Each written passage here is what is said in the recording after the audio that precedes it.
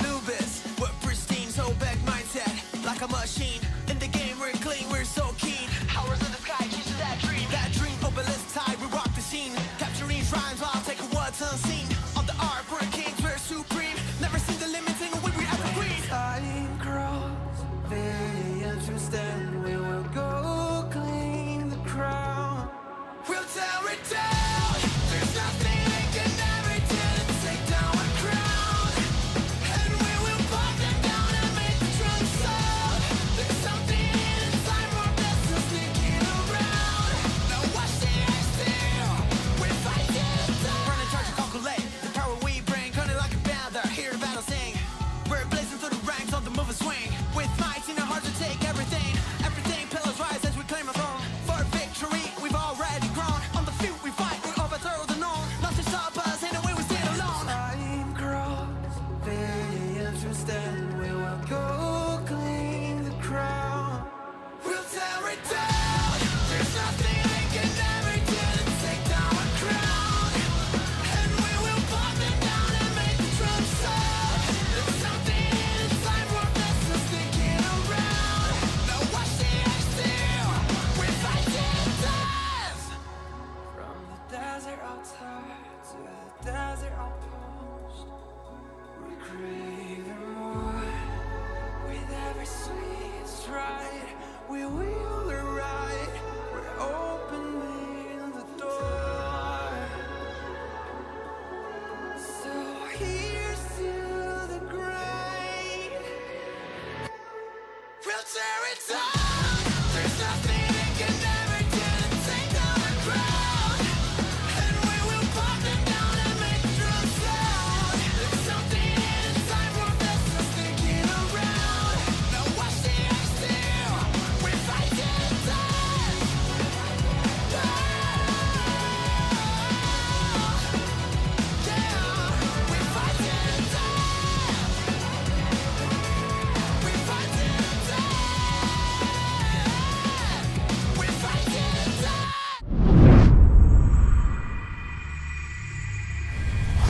Yo, hello governors, and welcome back to Osiris League Season 9. I am your host, Dirty Dan Gaming, and today I'm joined by a special guest, Sheepdog, one of the team leads for 93T's sister team, 93X. Sheepdog, great to have you on. How are we doing today?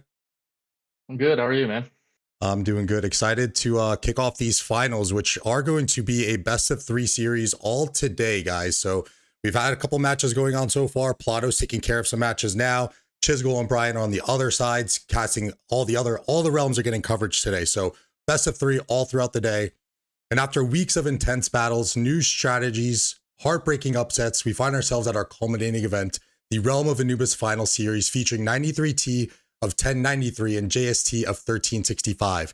Today, our teams duke it out in a best of 3 series. No interim breaks in between weeks. These teams will be going back to back to back today to see who is the absolute best to be crowned champion. This is definitely going to be a crazy series of 2 championship caliber teams.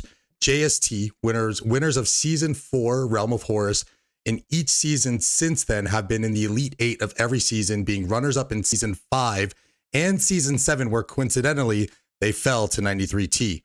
With that Season 7 victory, 93T has been able to catapult themselves into the upper echelon of Osiris League teams, notching back-to-back Season 7 and Season 8 Realm Championships. Can they notch the 3-peats today? Sheepdog, what are your initial thoughts on this kind of a redemption match for JST here? Yeah, it's going to be interesting. Mainly, both of these teams really are very, very strong in the structure game. So I'll be interested to see how that kind of goes, how they rotate marches from lanes, how they can get some pressure and just try to get the upper hand on each other. Yeah, we've definitely seen JST over the years kind of like really kind of putting their stamp on the occupation focus, and 93T also kind of taking a page out of that book as well and really kind of adapting that. And we've seen kind of this coined strategy with 93T going for those like outside lanes.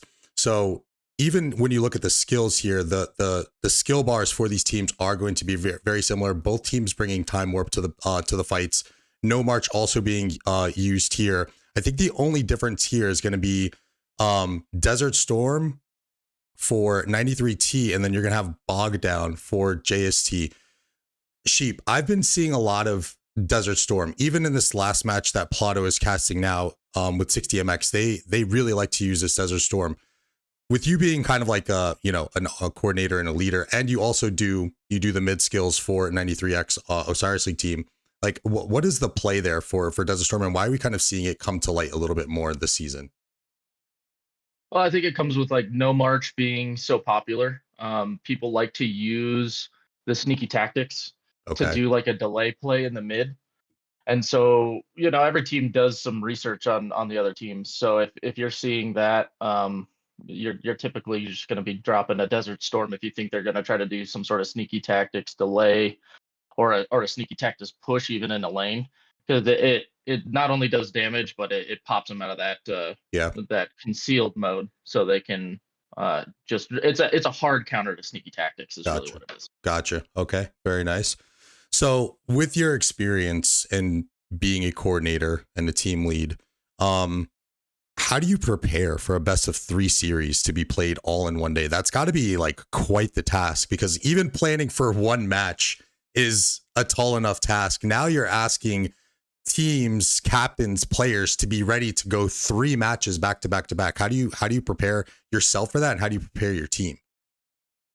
Honestly, I wouldn't know from any experience, because we haven't made it that far yet. Mm-hmm. But I would, you have to figure out, okay, you have to have different plans for each game, right? Mm-hmm. You have to say, okay, for this game we're going to focus on lanes per se, and then see, okay, how are we going to adjust and change it up enough so that you're kind of keeping your enemy on their toes, and then at the same time kind of try to predict what are the habits and the tendencies of the team that you're playing, and how are we going to kind of adjust our gameplay for that as well. Gotcha. So you're essentially like keeping the same like core philosophies of your team, but you're changing perhaps like a few plays. Like maybe your opener is a little bit different. Like we just saw in this last match, OWR casting Sunsailor to open the match. I'm not sure. I didn't get a chance to watch the second opening of their match, but I'm assuming that they probably didn't go that way. So is that kind of like the implementation, is you're going to keep that same core structure of your strategy, but a few plays are going to be different here and there? Yeah, because if you try to change too much, you're going to have a lot of mistakes happening. Gotcha. Especially once you get up to this level, if you try to change the entire game plan, it's going to be very difficult. But at the same time, I mean, we got all these new skills too. So you'll see some of these new skills. I think it was in the finals last season where they started using the stocking up. Yeah. To get a 12-point mid. Yep. We might see something, special. You keep a trick up the sleeve for these finals to try to snake a win. So you never know what you're going to see. Gotcha. Yeah, we've already started to see some interesting things in this week of the finals, and as we get into the match, there's definitely more to come. So we are going to have 93T up in the blue and JST in the red. These team structures, by the way, they're going to stay the same throughout each of these matches, so we don't have to worry about one team kind of flipping sides. So JST will remain on the red side the entirety of the series, as well as 93T on the blue side. Yeah, this is going to be a pretty big battle of occupation-based teams, so it is going to be very interesting to see how these guys come out of the gates. And I mean, what kind of like, so we'll I guess we'll kind of get this out of the way. So Sheep from the 93X team, unfortunately losing to JST in the group stages, right? So it was it was right before the top 32. Well, it was one game or 2 games before the top 32. Yeah. We ended up losing by like 69 points at the very, very, very end. It was heartbreaking, but it was a good game. I had the unfortunate pleasure of watching that match, and I did put it up onto my channel. Link to that is in the description below, chat, and also for all of the content creators who are streaming. And I was completely stunned. But having firsthand experience against JST, any insights? What do they do well? We know that they're a very good occupation team. Any other insights? How is their open field, rotations, timing, anything that you can provide for us as we get ready for this match to kick off? They're just really good at keeping constant pressure on your buildings. It's really hard to get marches refreshed, get garrisons refreshed, get your marches out on the field. It just they're relentless in terms of that pressure. Okay. And that is usually something that I like to see as well. I do believe I've played sports my entire life growing up, and I'm a firm believer of whoever's setting that tempo and kind of putting that pressure on is going to be the one who most times is gonna make it out on the better end. Because you just provide, you have to have your opponent answer so many questions when you're putting that much pressure on. So as our defensively, they're really good at stuffing buildings. Like we had several times where I thought for sure we were taking a building, and somehow they kept getting marches in. It was insane. Yeah, and it, very frustrating too, I would imagine, because especially when you're just about there and you're like, all right, we got this, and the next thing you know, you see that health bar kind of fill up a little bit more. But that's the that's the motto of JST. I think, like, even ages ago, back when they won that season 4 championship, and maybe even before then, like, it was very, very evident that they were a structure focused team. And that's just part of the skill set that you have to deal with when you're playing teams that are so building oriented. They're going to have a lot of those micro capabilities down that a lot of other teams don't necessarily do. However, they are facing a team in 93T who does also like to play the structure game. We saw last week as well in their win, putting up a lot of occupation points. It'll be interesting to see, because I think there's no surprise here. JST is the underdog in this, in the voting polls at least. Just to see kind of what they do to try to get an edge, try to get that playing field leveled out. Just going to be interesting to see what they try to pull. Yeah, I would be curious to see. It's always fun whenever you get some of these best of 3 series, because you could get a little tricky. So this is the match, if there was any, that you can try and do something that's a little bit more outside the box. I think we saw that last match with OWR. OWR, for those who weren't able to see, and Sheep too, I believe you didn't get a chance to see it, but OWR was here in the red side, placing a Sun Sailor here, and then also the adjacent Sun Sailor right on this outside piece, kind of really close to where JST is coming in.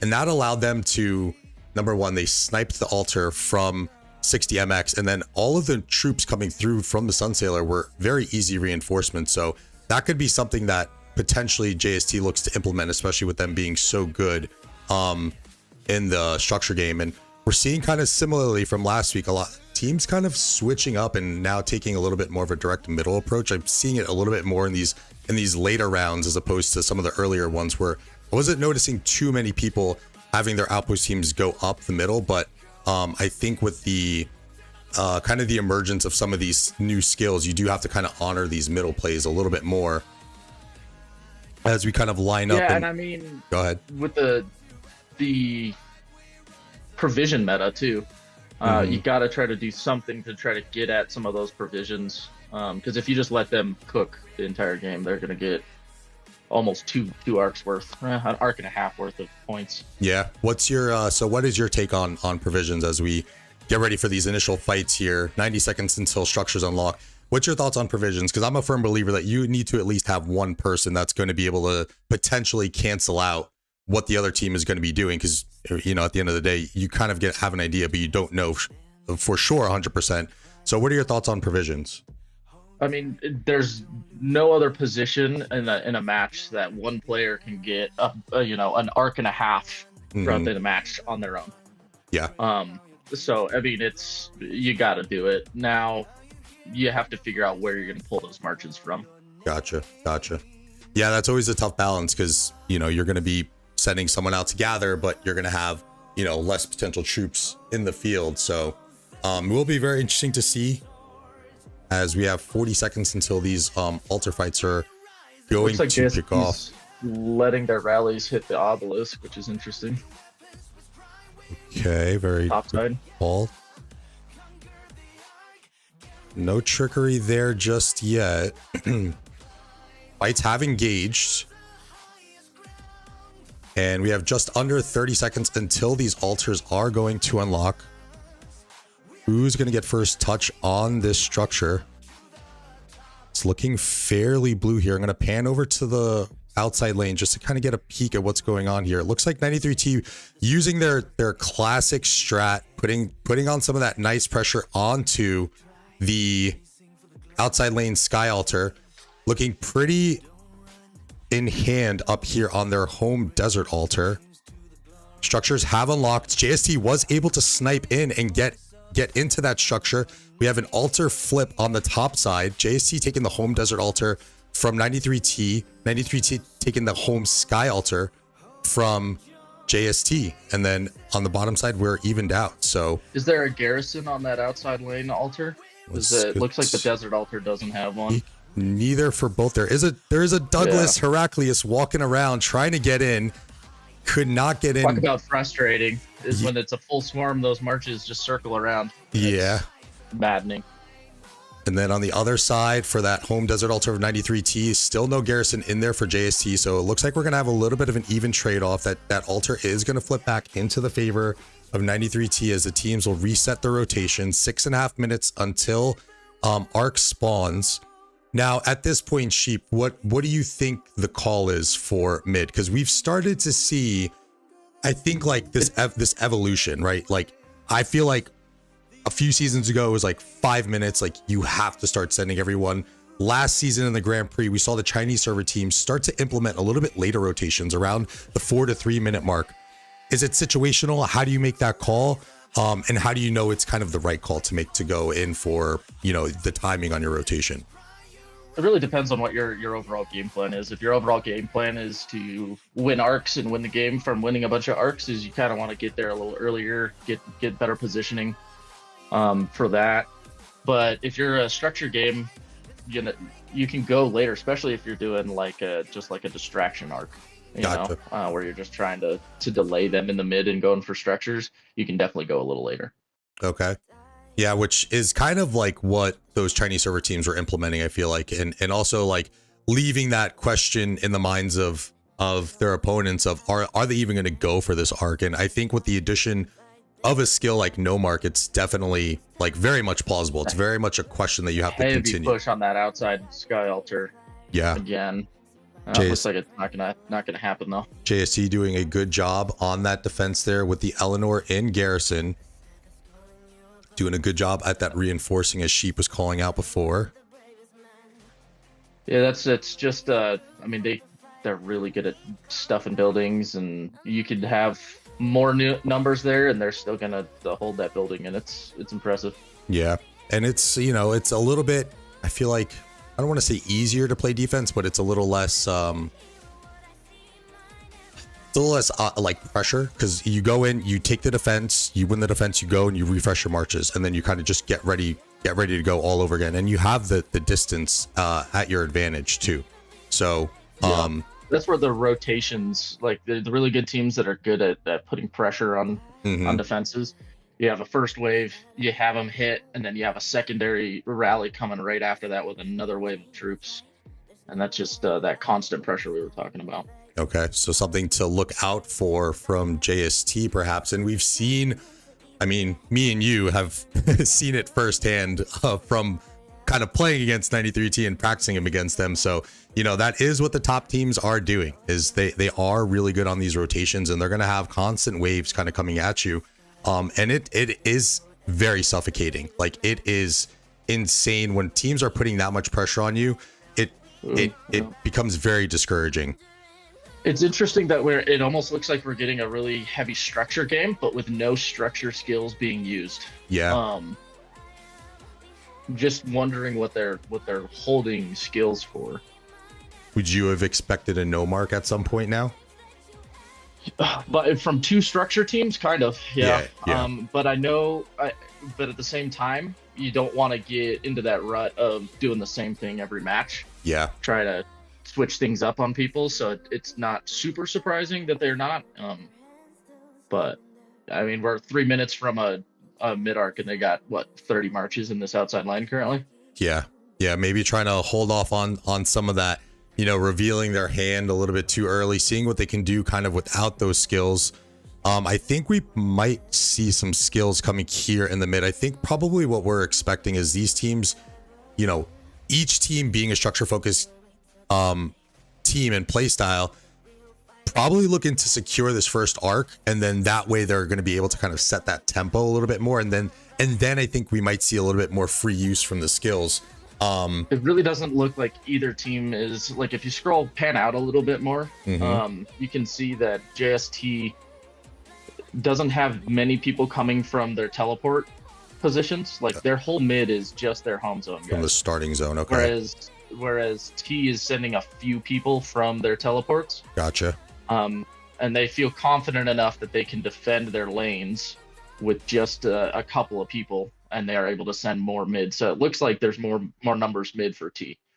Okay, good analysis. That's that Osiris League coordinator eyes that we don't usually get to see. And even as I was kind of as I did the interview with Silent Flow a few weeks ago, he had sent me some notes after I think it was one of their matches. I think it was last week after some of their matches. He was sending me some of their notes and just, it's like, hey, this is why they did this and this is why they did that. And I was like, this is why I always say we're just the silly commentators, and you guys are truly the pros. I mean, there's a lot of practice. And it looks like they already used a dust up, so either, and it's really early, so it's like they're trying to hide their marches maybe a little bit, or because they'll get a little bit of it from mid, but that mid fight will be done pretty much when that dust up goes away. Might even get like I mean, we talk about funky things, and I think one of those funky things and funky plays that we've seen in the past, as we see a time warp coming in from JST. Interesting play there. Yeah, they're not going to get the reset of a skill. They're going to get a free skill, whatever that may be. So they might be trying to get a dust up to the death for this first arc, maybe. A no march. There's a no mark. And there's Desert Storm from 93T. Interesting. Yeah, I'm quite confused on that time warp play. Because you just don't get as much value out of it. Yeah. Unless, well, let's look. Did they use the no march first? No, they used that. They did that backwards. Yeah. They really needed to. But I mean, interesting play there. I was gonna say like we've seen like funky things in the past where we've seen teams use to the death, as we see 93T using here.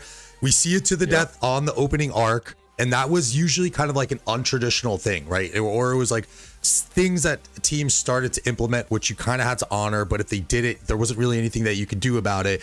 And you knew that you were going to have the to the death in your back pocket for another arc match. But now with the addition of time warp, 93T is going to be able to refresh that to the death, and they should win this middle arc relatively handily, pretty convincingly. Although it is a 4 altar swing in favor for JST right now. 2 of them are generating points, while we still have a few they have minutes the left. no mark up as well. So they definitely went for the structure game on that first arc. It'll be interesting to kind of see how the skill usage. They'll have a points advantage here. For sure after this arc, just because they have a lot of time on that no mark already up. But they're gonna be hurting mid with that time warp, I don't know, snafu, or maybe they did it on purpose that way and we're just not seeing something. But I don't want to call it a blunder just yet, but I mean, yes, to your point, like you should have used the no mark and then you have the time warp, because right now, you essentially just use the 6 points that you were going to use anyway for no mark. So, unless there's something. What I would be expecting is T to stabilize their lanes. Now they have an arc in hand, stabilize the lanes, and then they can pop a no mark here pretty soon as well to stabilize out that points from the occupations. And then they still have the time warp in hand, and they can easily use to the death and no march again throughout this match. It really that winning this. That's why I was I was really leaning towards. I think that's why we didn't see any skills, you know, within those first opening moments of the match. I think that they were really trying to kind of posture themselves up to see who was going to get control. And we saw this in last week's 93T match as well, where they have all the flexibility now to enact whatever they want to do. If they want to go and play structure focused, they can do that. They have the time warp on the board. They can go and use that and play it to the death again. They can go in for that next second arc, which JST is probably going to have to go and win now. Have it to the death on their advantage. And if they win the second arc, then it might be GG's, but these are two championship caliber teams, so we can't put anything past them. Maybe it was a blunder, maybe it wasn't. We're definitely gonna have to find out and see. As Sheep was talking about, having to stabilize their structures, with 93T has already started to do. As you can also see, pretty nice attack down here on the home desert altar of JST. That's one of the things you're looking to do when you're doing like a fake arc, I guess you would say, or you're not planning on winning it. You gotta weaken those marches mid. You have to send enough to weaken those marches mid, because if they're coming out of mid super healthy, what you'll see is what you got here at this desert altar is a really strong attack coming from that mid. Whereas if those are all half health, that's a pretty easy defense, especially with no march up. Yeah, very good rotations from 93T. JST looking to play defense, as 93T is able to flip that structure. Let's see if they're going to be able to hold that now. 3 altars in hand for 93T. 364 points per minute for JST, 210 points per minute for 93T. We do have a true score right now. With the arc in hand, it's going to be 9,000 to 8,600. So 93T is slightly in the lead here. We really have to see if that time warp play is going to come back and bite JST, because all things considering, after even after losing an arc, they have been able to get a couple 4 altar swings, but being down only that 400 points or so is a really good position that you want to be in, especially playing a team as good as 93T. So only time is going to tell. And Sheep, do you... So earlier in the match, you were talking about skills. Do we already know what skills they have on the board for these finals? No, we do not. I had some notes here, which I did forget to send over to you, which I will send over now. No worries. Yeah, because I was just curious if it almost seems like 93T popped the dust up expecting there to be a fake arc, because not the dust up, the desert storm. For like a sneaky tactics play. Gotcha. Yeah, so JST last week did run sneaky tactics. It is on their board, so that is probably, as you were kind of calling out, what 93T was trying to sniff out. So last week on their board, energetic, time warp, to the death, bog down, sneaky tactics, and no mark for JST. For 93T, we had energetic, master strategy, desert storm, no mark, to the death, and time warp.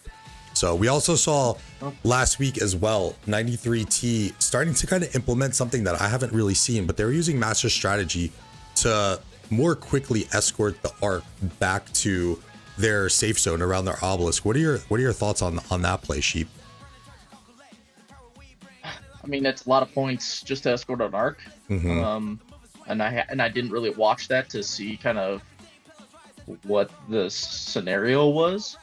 My first initial thought is that's a lot of points just to escort an arc. Gotcha. You see it a lot on like those last arcs where there's not enough time to escort it. Yeah. But outside of that, I don't know. It's T's got the kind of like that top-notch strategy, so I'm sure they had a reason for it. Yeah, something that we'll have to pick the brain of some of the leads over there if they want to divulge that information, because you guys are competitors too, which is kind of interesting as being, you know, kingdom mates, but when it comes down to Osiris League, that you guys are kind of competitors. So it's a nice interesting little wrinkle that we'll look to get into a little bit later into these matches. But JST putting on a nice assault here against 93T's home desert altar. Again, points still in their favor, 9,700 points for them, 7,400 points for 93T. Very good attack looking here. Actually might be a little bit weak now as the rally's coming in a little bit late, but as you were saying, those good teams are going to have that constant pressure, so we should expect JST to kind of have a second wave of that attack coming in on this home desert altar against 93T, and structures are relatively stable. JST able to get back their home desert altar on the bottom side. So everything is kind of stabilizing out now. I feel like everyone was, trying to get a gauge on what the other was trying to do. Looking like 93T kind of positioning themselves to play a little bit more of that mid-arc focus game, while JST is looking to play to their true strength, which is that structure focus game. If you are JST and you are slightly down now, what are your next steps to not only close that lead, but let's start to grow it as well once you kind of catch up on that end? For me, honestly, if I know my team isn't very, very strong or very, very comfortable with mids, I'm going for as much structure, and I'm hitting their outposts, and I'm also probably even calling for an additional provisioner. Okay. You can get rid of an arc pretty easy with an extra provisioner. So if you're looking to negate arcs, that's really through provisions and managing your structures. Okay, so by saying you're gonna get another provisioner, is that a whole extra player that you're gonna ask to call for provisions? Depends on how far back we are. Here they're actually what looks like just a 1K back, and you know that T has a provisioner. He's top of the boards right now of provisioning, so he's gonna to have that. So yeah, I'd probably put another entire person back there to provision. Okay. And just know that whatever lane you're pulling that from, probably had that assigned ahead of time, that you're going to have to rotate heavy to that lane to help with the defense. Gotcha. Okay. Good call outs there. Something here that's a little interesting. We usually kind of see these rallies like kind of just whittle themselves down and kind of kill themselves. I'm wondering on this JST swarm here from Save, is that a good call right here, or do you want to let that rally just kind of die on its own? As we do see the pull off here, so I think he kind of realized. I think you'll see here pretty quickly that T will cancel that rally and then have each march individually swarm. There you go. And so it resets it really fast. There you go. Good call. It probably saves you a couple of seconds, maybe, by pulling off of that. And really what it does is help you get refreshed faster. Yeah. And on being kind of obviously your lane leader, back-to-back rallies, is that something you want to have your secondary rally lead ready to go in a scenario like that? Or is that another situation? That's one thing that we've struggled as a team on the X side, is getting the timings down for having those kind of like machine gun rallies. Gotcha. Because it can be kind of tricky when you have rallies going that fast. Obviously, they're going to go faster than you can refresh. True. So getting that timing down is tricky, and then also getting the right troops into those is kind of tricky when you have the same person filling both an archer and a calves in a high stress situation.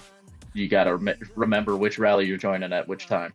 Yeah, and especially we're not talking Grand Prix here, so all these accounts are relatively good, but they're not those maxed out 500 million power accounts with unlimited amount of troops. So you do have to worry about healing your troops, and there's a little bit more micro that's going to come involved with some of these plays, as 93T has a successful retake here, and then looking for a rotation onto this Shrine of War, although it's going to be kind of like a fake out. We saw this last week with them as they kind of take that defensive these defensive troops here from the desert altar, and then they'll look to rotate that onto a sky altar assault, as we see here on the outside lane of JST attacking the sky altar. No rally in frame just yet, but this is kind of one of those instances where you might have some of those second waves coming in.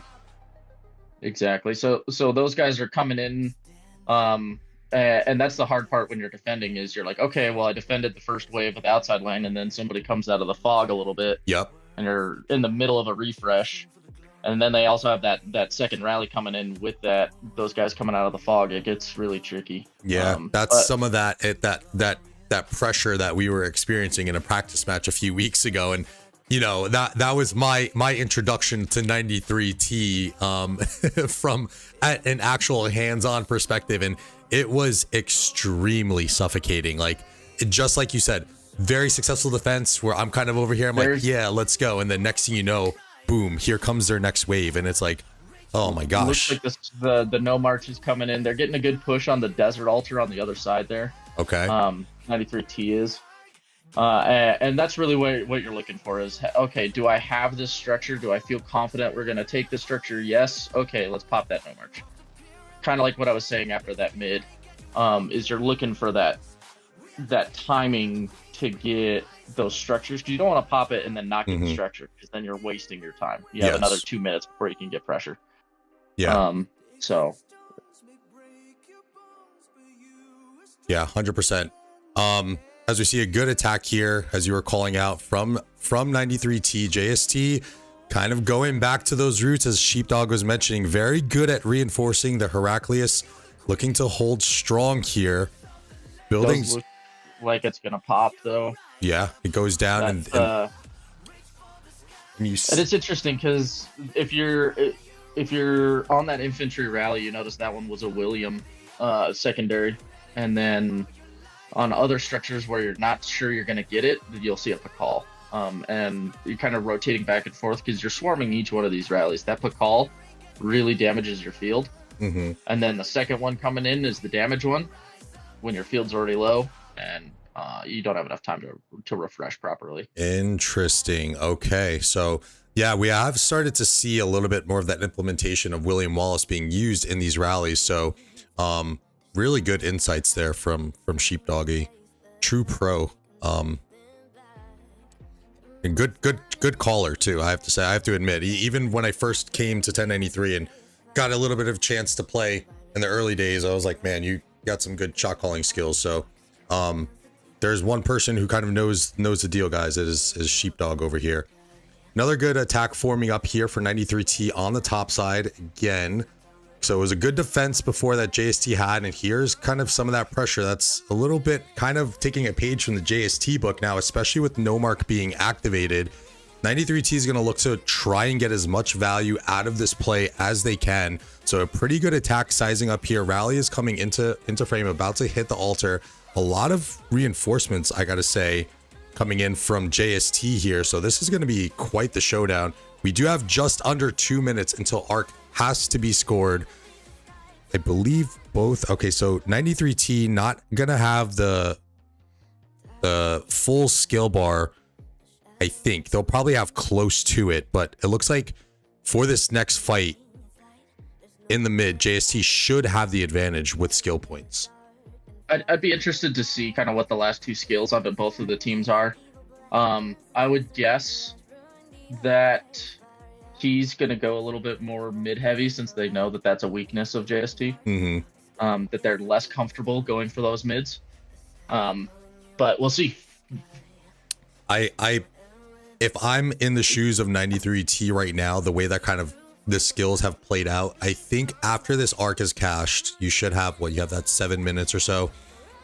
Should get up to about that 6 point mark. I would probably, if I'm in 93T shoes, I'm going to look for that time warp into the to the death again, especially if you see JST kind of leaning a little bit more heavy onto that structure game, kind of wanting to secure that, and then that way you're in control again now. So you're going to be able to kind of try and bleed that out, as JST actually does a pretty good defense on this Sky Altar. Yeah. Meanwhile, they have an attack on 93T's Sky Altar here. Arc has to be cashed in 20 seconds, so we are about to see our true score, which is going to be 16K to 14.4. One thing I did notice is there's 8 provisioners for JST, so it's 2 people, and then likely that 5th march is their outpost defender. Gotcha. It's a little bit of those. So they do have 2 provisioners, so they're leaning into that game quite a bit. Okay, that is gonna. I mean, as we saw last match with the 60MX in OWR, I think OWR opting not to provision at all in some of those closing minutes, or very, very few. So you have to kind of honor that strategy, as 93T has a good defense here, and we're starting to get a little bit of this pendulum effect here. A little bit of an attack, successful defense, go in, refresh, do it all over again. And now with the added wrinkle is there is 7.5 minutes until Arc is going to spawn. So teams now do have to start worrying about their rotations as this match starts to play out a little bit more. Yeah, I'll be interested to see if T goes with that to the death in the mid and then just holds it again. And you're looking at a really pretty much a two. It'll be. I think you can't really get a two arc match unless they reset the timer for some reason. Okay. But there'll likely still be a third arc. I think this if is I'm doing the timing right. This is also the flexibility of a skill like time warp, right? Because look, 93T pops no mark at 33 minutes 10 seconds, so that lasts for 5 minutes. So we're starting to wind down on that a little bit. It might actually even be deactivated. I think it's already gone. Yeah. So they can even do a fake out in the middle, pull a structure move, and use time warp into no mark. The time warp skill is amazingly flexible, and it gives you so many options. So I am going to be curious. They have the options available to them. So now it's going to be up to what are they going to decide to do. 6.5 minutes left. 93T has a pretty good attack here on the JST home desert altar, but I think JST is going to have just a little bit too much here for 93T to take on. As we're seeing a lot of action on these outside lanes here. Specifically the Sky Altar, which has just been under constant pressure. You could tell that the JST did their homework. They're sniffing out that rotation from that inner lane every single time. Those marches, as you can see right there, are coming in pretty low. Yeah. Every single time that they're rotating through underneath that mountain there. Yeah, and that's part of I think we got the ability to rewatch matches. I think it was last season, so that was an amazing change that we got into this like grand scheme of things. So you can really do your homework, really do your scouting, and if you're a team that's going in for the championship rounds, as these two are, like, you have to go in and do your homework, and you have to know the tendencies.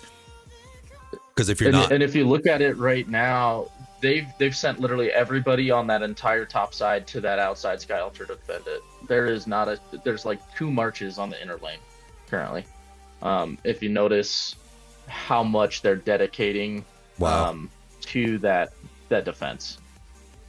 And that's the pressure. That's that almost I wouldn't say panicked, but that stress of having that outside push. That's the lane that I play currently, is that outside lane. And you're just constantly like, oh my God, they're still coming. I need more people. And then all of a sudden you're like, well, we got nothing on the inner lane, so better be holding it. So they're pulling it and they're holding it, which is good, but they're not getting any pressure on that desert altar currently by pulling that many people over there. Yeah, which they're gonna have to start making some moves here soon. I mean, they're down 2,400 points. You did key in out. They do have 8 provisioners roughly around, so 2 players. 93T probably having their 1 dedicated player so far. JST is rotating 4.5 minutes now, is starting to rotate here, so we gotta see how this is gonna play out. I think we're gonna see a double to the death here. I don't imagine JST not having to the death and going a full structure game. Winning against a team like T without winning at least 1 mid is really difficult. Yeah. And as you can see, JST actually just pulled their lanes there from the bottom. They were halfway up the lane to kind of scout. So we're going to have a big mid fight right here. Okay. Good breakdown from Sheepdog here. Again, one of the team leads of 93X. 3.5 minutes until arc spawns. Kind of missed the days where you could actually see that. You could just scroll out and see where your enemy was. But, if you notice, T's actually still got some lane pressure going. On the bottom side, they have a small ball getting ready to go at that desert altar. Same thing with that Sky Altar, which is their go-to, right? They always have somehow enough marches mid to really make a good push mid, and then at the same time you're like, well, all of our structures are gone too. So it's like, it's a lose-lose situation if you're playing T in some of those situations. They're counting each march, and I can guarantee you that, and know exactly how many marches they need to send where. That's like, I mean, we always like key in here like the micro that players need to do. So now you're saying even to the effect of the leaders and the coordinators are literally counting out the amount of marches. Is it during like each one of these like rotations or each one of these sequences? Like, how often are you like really keeping up with how many marches are on the map? We on 93X struggle to do that. From the conversations that I've had with some of the guys up in T, is it's a constant. Each lane has a guy who's kind of doing those calculations throughout the match. And so yes, it looks like T's going to be outnumbered here in the mid. That's not so. The nice part about the flexibility though is, okay, well, we know we're outnumbered in the mid. I wouldn't be surprised if we saw a no mark and then they give this mid because they have the structures. Yeah. And just hold them off in the mid there. That's kind of what I'm seeing. As a possible play. I don't know, because T's pretty slim in the mid. It looks like. I'm right with you. I mean, if I'm in their shoes, if I'm kind of calling the skills right now, probably looking. If you want to go mid, they're kind of doing like this ring around the rosy around the around the mid here. So that tells me that again, they're doing the ring around the rosy. They're just going to try to delay this mid. Super annoying. So there's the time warp. I think we're good. He's going to go for the to the death. He has confidence that. He got both of them. He had enough to do both. To have the time warp to the death and no march. Sheepdog in the future calling him out as we see the time warp coming in, and then the to the death from JST. No mark from 93T, bog down from JST. So there it was. So they did have enough. So I guess the cooldown on time warp was enough that you could use time warp twice. Yeah, it looks like they used it twice. So there we go. Eat our own words on the possibility of that being a mess up. I guess if you use it early enough, but I mean, if you're using it, doesn't it? I mean, they use the time warp into the no mark, so wasn't that just the 6 points that they were going to use? Anyways, JST is actually cleaning up this mid quite handily, as they kind of should. No mark is engaged for 93T. And you saw that. I mean, we were calling that out early. Is that T left a lot of guys in the lanes. Yeah. And so I mean, if you look at it, they've already got a minute or two of this no march. We're looking at almost 2 minutes of that no march. So they're getting close to half of that no march already being ticked off. So they're getting the great value out of that no march right now. As we see the points per minute, 1,000 points per minute for 93T, 150 points per minute for JST. If you're JST now, you gotta run and score that arc as fast as possible, right? Now this is kind of in the realm of you need to score arcs. Let me see. They did the time warp and then to the death. They're not going to have another to the death. It doesn't look like. Okay. So I wouldn't necessarily be looking to do another, like you're going to want to hold that because now you don't have enough skills for that mid. Both teams kind of are in the same boat. Yeah. But we still have a skill that's the mysterious hidden skill of whatever T's got, kind of up their sleeve.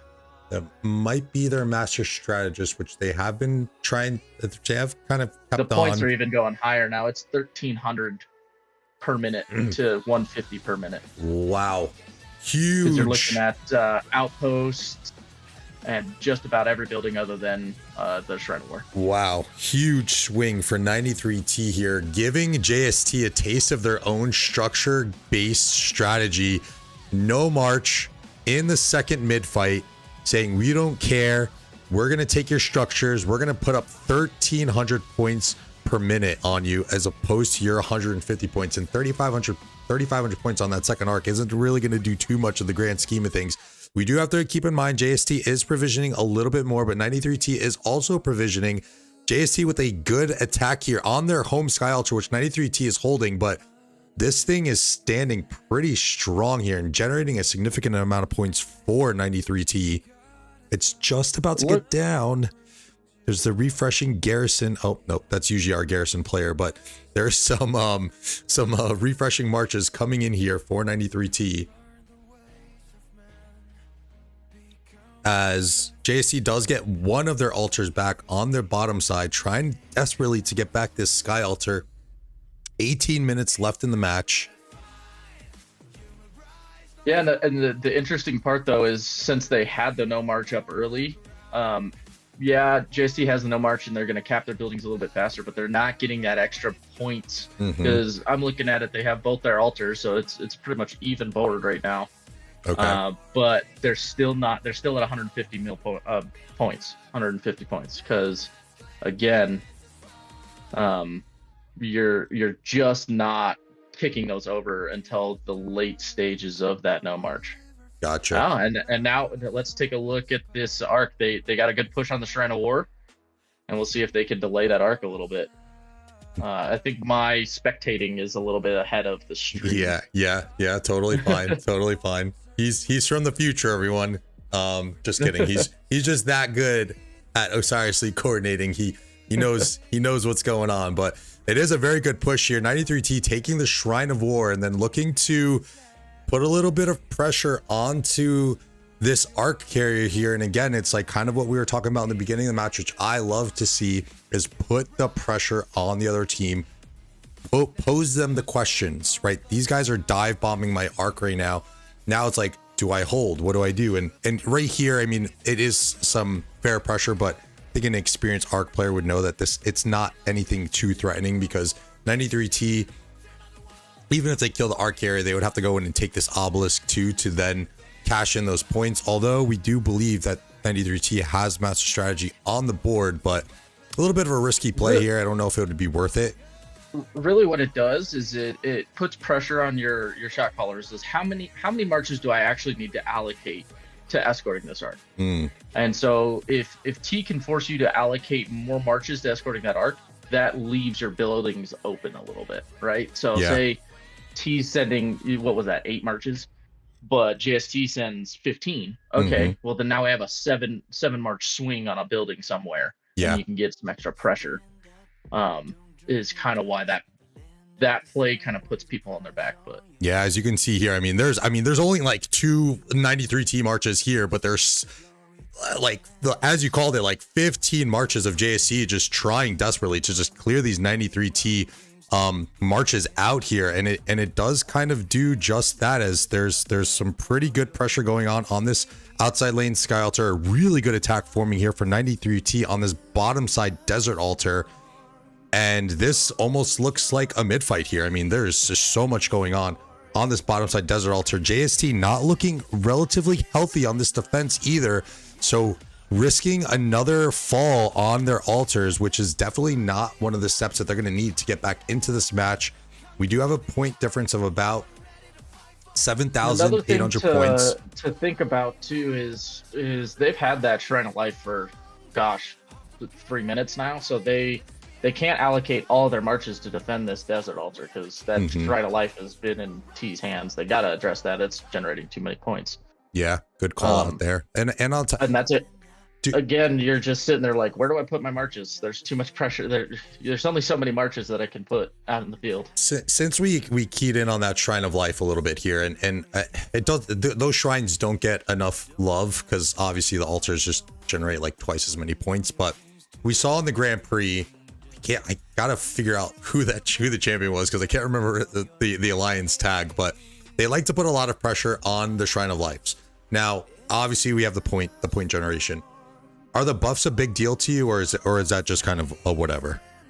I think the buffs, I mean, yeah, they definitely can affect like bigger fights. And then the Shrine of Life, I think what you're looking at there is that march speed. Yes. So it's a 10% march speed swing. When you take it and then you cap it, you get 5%. And then the other team doesn't get 5%. So you have a 10%, and that, again, you're going on to that tempo of that game. Yeah. So it makes it harder to refresh your marches and get there in time. You can refresh your marches that much faster. And so, yeah, I think the health buff with armaments and, you know, the diminishing returns we're getting off of that in this stage of the game with the march speed. And that's really what Arc is all about. Yeah, 100%. Yeah, good insights there. I always like we know, like you said, like it's just less points per minute, but I am kind of a believer that these buffs are pretty important in the grand scheme of things. Also look, it looks like T made a call to get some more provisioners too. Looks like they're leaning into that structure and provision game because it's I'm seeing quite a few people sitting in a lot of these different nodes. And another thing to note is they're really, really good at just sitting in nodes. These top level teams sitting in nodes while they're waiting for stuff to happen. If there's any downtime, people are sitting in nodes. A couple points here, a couple points there. Yeah, adds up. Yeah, those points are going to add up as I am getting a bout of the hiccups here now. So excuse me, chat, if you see any hiccups coming through. GY6 looks like Sky Alter's about to go down. The JST Sky Alter, really heavy push. Yep, it just is about to pop. Yeah, as we're just under 12 minutes left on this match.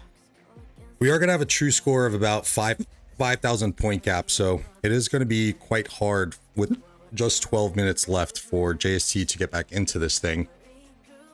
Is there a way for JST to kind of claw back with this little bit of time left? I mean, you can see in chat 15 provisions. That's the way you claw back, really.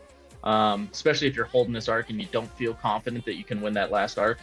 Is try to just stabilize your buildings, try to get a little bit of pressure on theirs, and then just provision your head off. I mean, 11 minutes with that much provisioners, you can add up quite a bit. Over 10 minutes of that many provisioners. Yeah, let's go ahead and take a look here. Doesn't look like they've increased it too much. 1, 2, 3, 4, 5, 6, 7, 8, 9, 10, 11. So they have thrown out a few more players here to start provisioning. It doesn't look like we're probably not. No, we're not going to get another arc, I believe, unless JST decides to cash this thing. Yeah, I mean, they would have had to. They'll have to cash it. I think it's already too late. Because it's an 8-minute marker. 6. Yeah, I mean, if they cash it in the next 3 minutes, sure. We'll see. But if I were JST, I would not want to do another mid. I won my one mid. That's probably what their game plan was coming into this: is win one mid and then lean on our strong suit, which is our building game and provisions. Yeah. And see if we can make that happen.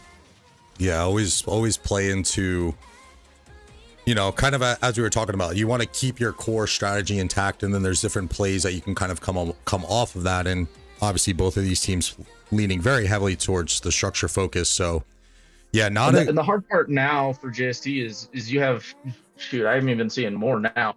1, 2, 3, 4, 5, 6, 7, 8, 9, 10, 11, 12, 13, 14, 15, 16 plus marches provisioning. Wow.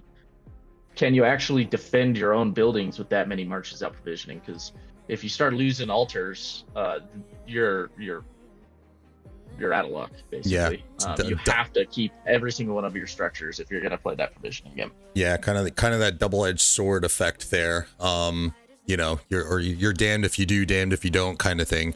So yeah, we got to see if JST is going to be able to hold on here. They were able to recap their topside Sky Altar, as that is starting to tick away for them to start generating some points here.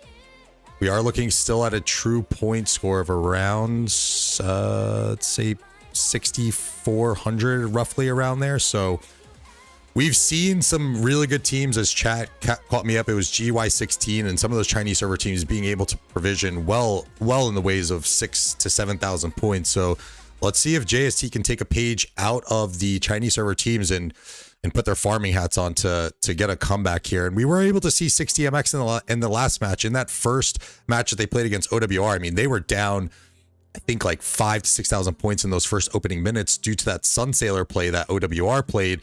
And they were able, through caching all their arcs and then some provisioning at the end, they're able to actually snipe away that dub, which was looking really much in favor of OWR. So let's see if JST is going to be able to implement that here. Just under 10 minutes left. Good defense that outside here. Sky Altar push by T is just relentless. I felt that when we practice them, it's just relentless. You can see if I think it's also gear on those. It's dependent on, like, you know, do you put all your beefy guys on one lane, just dominate one lane, you know? Because every time we play them, that outside lane is really, really difficult to play against. I know they have, I believe it's Paw. Yeah. Who's running that outside lane. And it's devastating to try to defend that. That's really interesting, like macro aspect that I never even considered, because we kind of like assume that a lot of these teams have like the best of the best gear, but I mean, sometimes that's not always the case. With a team like 93T, I mean, in my short time being here, I know that there's a lot of people with good gear and whatnot, but there's obviously going to be those who have a little bit better. So it's really interesting for you to kind of key in on the fact that you can not even just overloading with the amount of players, but the quality of players as well. So that's an extremely interesting point here, and something that, I mean, I'm going to start kind of, looking into as these matches kind of, continue on, and these seasons kind of continue on.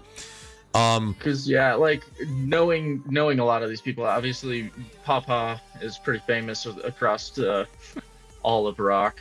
You got Douglas, that account's nasty. Let's see who else they got in that lane. Maxim, that's a pretty beefy lane. I think one thing that people sell 93 as a whole short is that we're the the retirement free-to-play kingdom. yeah. I think since you've been here, you've noticed that we stay power pretty low, but some of these accounts are a lot nastier than they look on at a quick glance. Yeah, 100%. Because I mean, you always look at kind of like first glance at like power, right? And that's kind of an indicator. Whereas like, again, kind of to that style of 1093 of kind of keeping power, in a reasonable range. So you're not having these 200, 300, 400 million power accounts where you just, that those guys are going to have the best of the best. So it's a little bit of a mixed bag with 1093 here. There's a to the death somewhere on my screen. Okay, you'll so see it here in a couple of seconds. JST. That was a good defense on that Sky Ultra, though. That was very good defense. Impressive. That is definitely what they needed to keep their hopes alive here. As we will have some skill usage coming into play here. Arc was cash, so we're not going to get another mid arc fight here. So I had this question kind of like forming as you were talking about this constant pressure that, this outside lane faces, as there's the to the death, and that goes onto this bottom side desert altar. Desert altar, so yeah. we'll Just try to get a flip towards the end. In a best of series, right? And as you stated, no experience in that realm yet.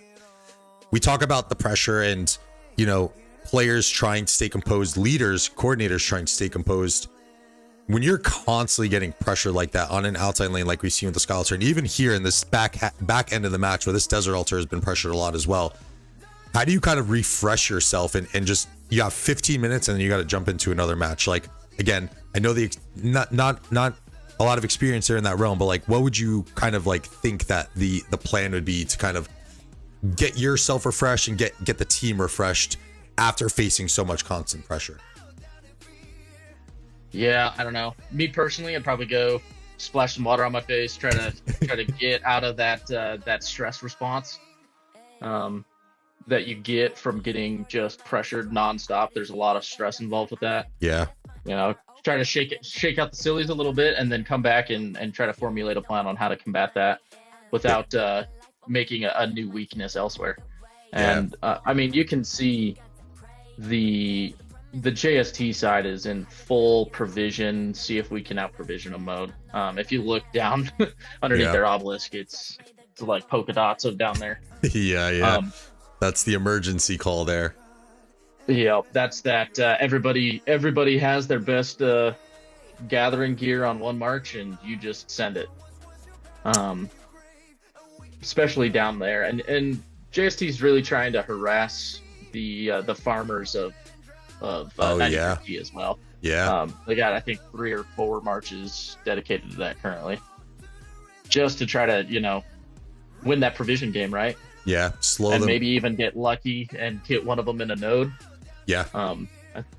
You never know. Yeah, you have to kill the march while it's in the node, because then you get no provision points from it. If they're free and out here roaming, as Phil is, who is the dedicated provisioner for the 93 team, you will still get those provisions. But again, here, just kind of slowing up the amount of gathering that 93T and Phil are going to be able to kind of produced there. Desert Altar still in the hands for 93T. Meanwhile, another aggressive assault on their end. JST really feeling the pressure here on this outside lane. Does Eleanor have enough if you juice? look at that, that's the same situation that I had. Like that, like how is that Eleanor still alive? If you scroll in, there's like a pixel of health in that thing. Yeah. And a full swarm. And somehow that thing is just hanging on there. And we had this exact same issue when we played JST on their Desert Altar, where I actually pulled my swarmers off thinking, oh, we got this, because there was just a tiny little bit and I'll go mid a little earlier, and somehow they pulled out the defense. It is maddening. Yeah, as they do here, and they get a really good defense on what looked to be a very, you know, kind of match-ending altar strike here from 93T. Let's get a look at that. This is from 6 minutes ago. As you can see, some of the really good and reinforcing here from JST. Let's see if this... I mean, you're looking at that, if it'll show it, but I think they were down to like 100K, maybe? Yeah. At that middle point. Like, that's insane. Yeah, you can see here 5K troops pulling out, 20K troops pulling out, stuffing in another 327. So they were just on the cusp of that thing getting fully taken down, and then they're able to bring it almost back up to full health on reinforcement capacity. So very good there. 7,000 point difference. Don't know if there's going to be enough provisions here. When you're looking at this point now, you look at buildings that you can get a cap, because you're not actually going to cap them. So like defending certain buildings towards the end of the match, it's kind of an interesting play at the very end. So like that Shrine of War looks like it's going to pop. Yep. I doubt that they're going to defend that, because they're not going to get enough time on that to really allocate a ton of points. They might actually cap that. Yeah, I mean, they're getting 10 seconds worth of points off of it. Yeah. So. Which, I mean, in these matches, you want all the points that you are going to be able to get, and you see the one thing I did notice that they poked the obelisks in this late game. That's actually pretty interesting, because early game you don't really want to poke obelisks, because you actually give the other team extra teleports. But in this late game, everybody's teleported up, so that's mute, and you're actually denying points. Oh. At that point. True. So you're just denying even the slightest amount of points at that point. Yeah. Good insights there too. Wouldn't have even think about, you know, trying to get a little bit of a poke on Alba. I think it's like what, 20 points per minute. So yeah, and if you reset that's 4 minutes, so you're looking at 180 points. Yeah, and if you do both sides, it's 160 points. That would have won 93X our match against them. Yeah, if we would have just poked, if we would have poked one obelisk with 2 minutes left to go, we would have won that match. So it's just those little tiny things that really can make a difference. Yeah, all the little things, and that was kind of the tone I was getting from Silent as well. Is he is very much a proponent of getting the little wins and letting those snowball into kind of what we see here in the 5K point lead for 93T, as they're going to close out this first match in a game of 3. 93T is going to take this home. I'll be interested to see what the provisions looks like with how many JST kind of threw at it towards the end there. Yeah, let's see, because it looks like they have most of their provisioners home already. As we'll take a look here, 5,600 provision points for JST, so pretty good provision score, but just not going to be enough. 93T takes the first match. JST is down 0-1 now, and this next match is going to be do or die for JST. Sheepdog and I are going to take a quick 15-minute intermission, and we will be back for that next slate of matches. So stay tuned, grab a drink, and we will be back shortly.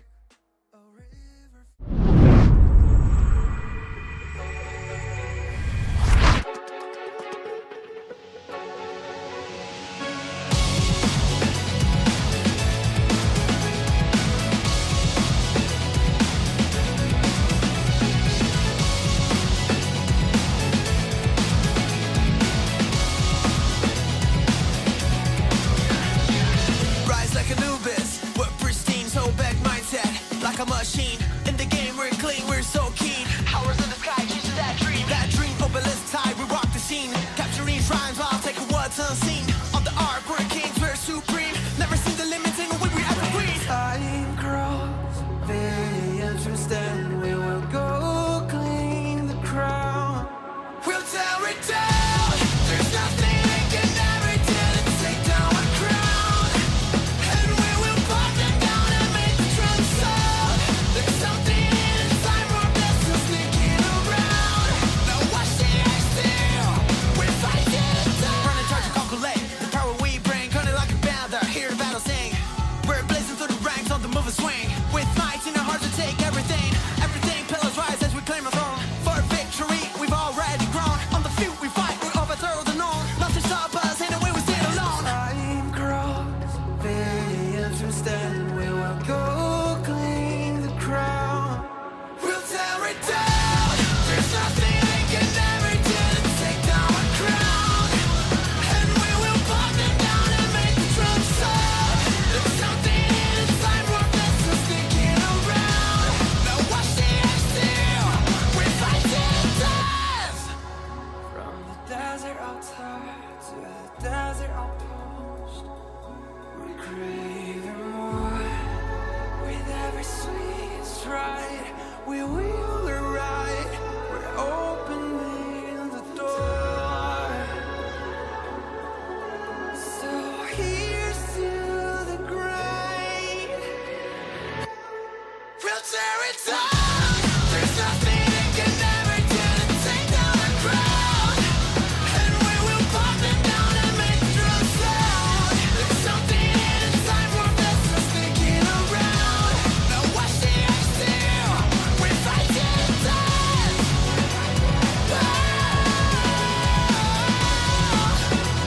Yeah, we're fighting death. We're fighting death. We're fighting death. In the dark, creatures crawl into the underworld. Afterlife, an abyss protects you. In the light, goddess of the sun brings you life. A deity, best it is her name. Come learn the ways of man. Become one with the sand. The fate is in your hands.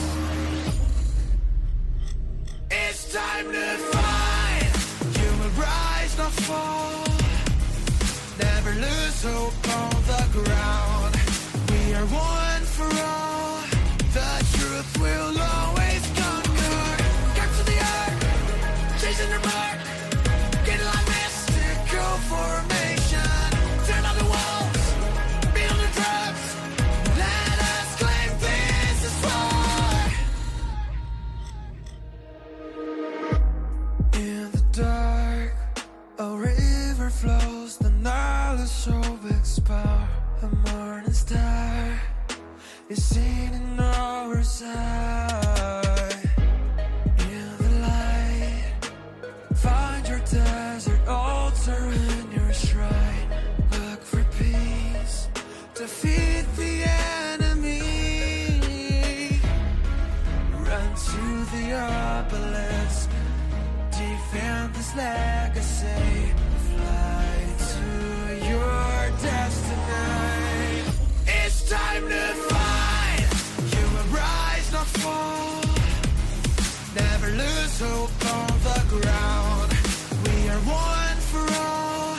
The truth will always conquer. Capture the arc, chasing their mark.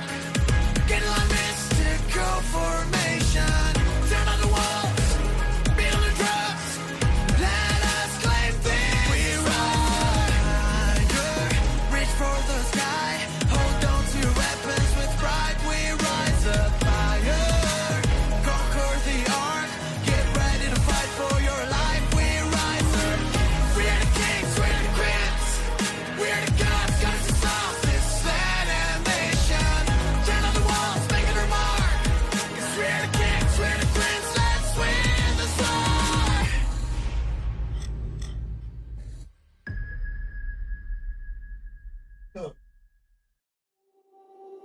Stand up, don't drown in the dust. The land of the sand one's a prize on your hand. Hold tight, don't lose your way. Chasing for the glory to the end. Don't run, be the one. Bring all your dreams to the glorious kingdom. Are you hearing the voice of Seth call your name? Lost in the storm, hold your face and sword. Go fight a secret, I win this war. We rise up higher, reach for the sky. Hold on to your weapons with pride. We rise up higher, conquer the ark. Get ready to fight for your life. We rise up, climb on, choose the highest ground. Off the pyramid of life, let the spirit get you like us. We are the kings, we are the queens. We will rise up to the top. Stand up, don't draw in the dust. The land of the sand knows the answer in your head. Hold tight, it's worth the try. Chasing for the glory in the fight. Don't run, you're the one. Bring all your dreams to the glorious kingdom. Are you hearing the voice of Seth call your name? Lost in the storm, hold your face and sword. Go fight a secret, I win this war. We rise up higher, reach for the sky. Hold on to your weapons with pride. We rise up higher, conquer the ark. Get ready to fight for your life. We rise up, climb on, choose the highest ground. Off the pyramid of life, let the spirit get you like us. We are the kings, we are the queens. We will rise up to the top. Even when you fall, sticks and stones may break your bones, but you are stronger than the heaviest waves. The earthquake won't shake you, 'cause you are the king, you are the queen, you are the truth of the land. You rise up higher, reach for the sky. Hold on to your weapons with pride. You rise up higher, conquer the ark. Get ready to fight for your life. You rise up, climb to the highest ground. Off the pyramid of life, let the spirit get you like us. You are the king, you are the queen. You will rise up to the top. Dying night, the shadow of the bleeding night. The sword is losing its light, there's nowhere to hide. It's time to face the dark and fight them back. The moon is turning into evil red, burns the desert into ash, ruin the ark with chaos fire, yeah. Survivors won't pray for luck, belief could be hard as rocks, go against the deepest dark. The sad is calling you above the sky. This war will end with the bravest man. Santa Marie grew for the fight, now we've come back. I'm wondering who I am, born through the fire, chasing for the meaning of the endless fighting. Who I am, the hands of flame, would I be a hero, would I see my neverland? I'll fight for the dreams that you have, believe in your friends, get ready for the world's fight. You know who I am, let's fight on time, illuminate and lead the sky till the dawn, back to life. Dying night, the shadow of the lonely night. The sword is losing its light, there's nowhere to hide. It's time to face the dark and fight them back.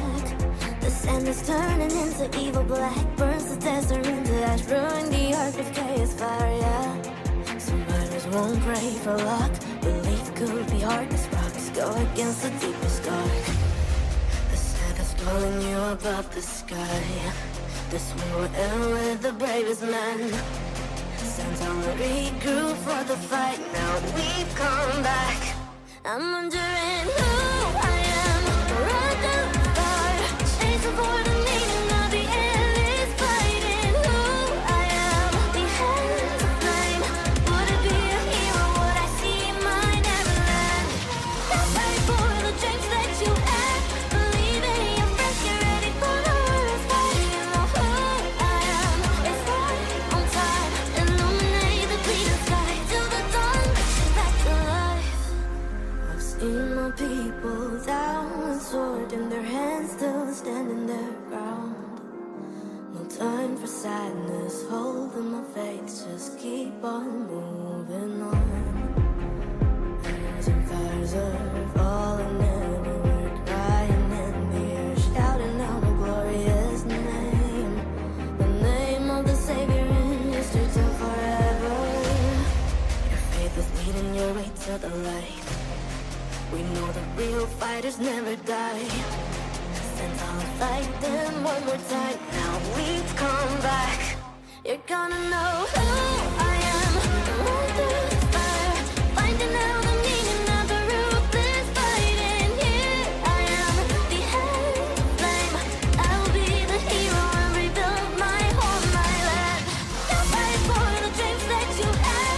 Believe in your friends, get ready for the worst fight. You know who I am. It's right on time. Illuminate the bleeding sky till the dawn brings back to life.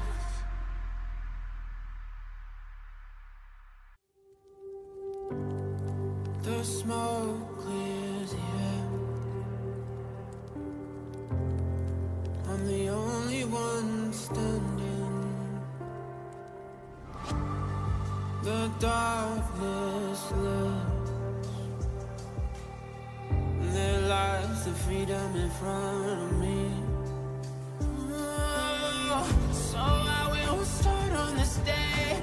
The rise of kingdoms to come, and we will no longer be named by the weather above. So rain down all you want, but our power is in the sun. And when our planets do align, our nation will become victorious.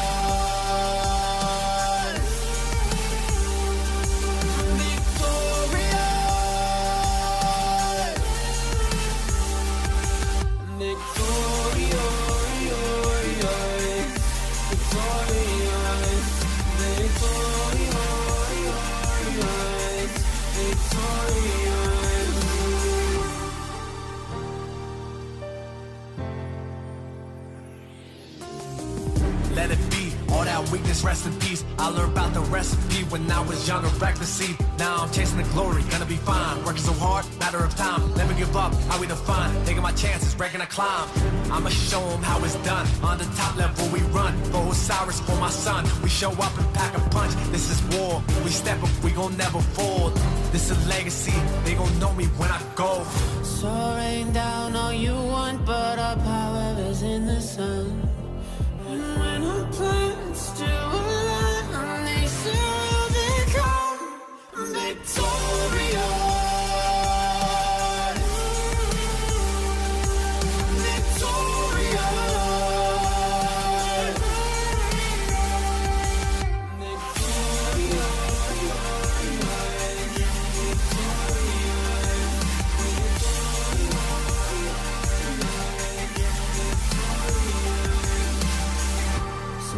Swords where you stand and spit upon the ground.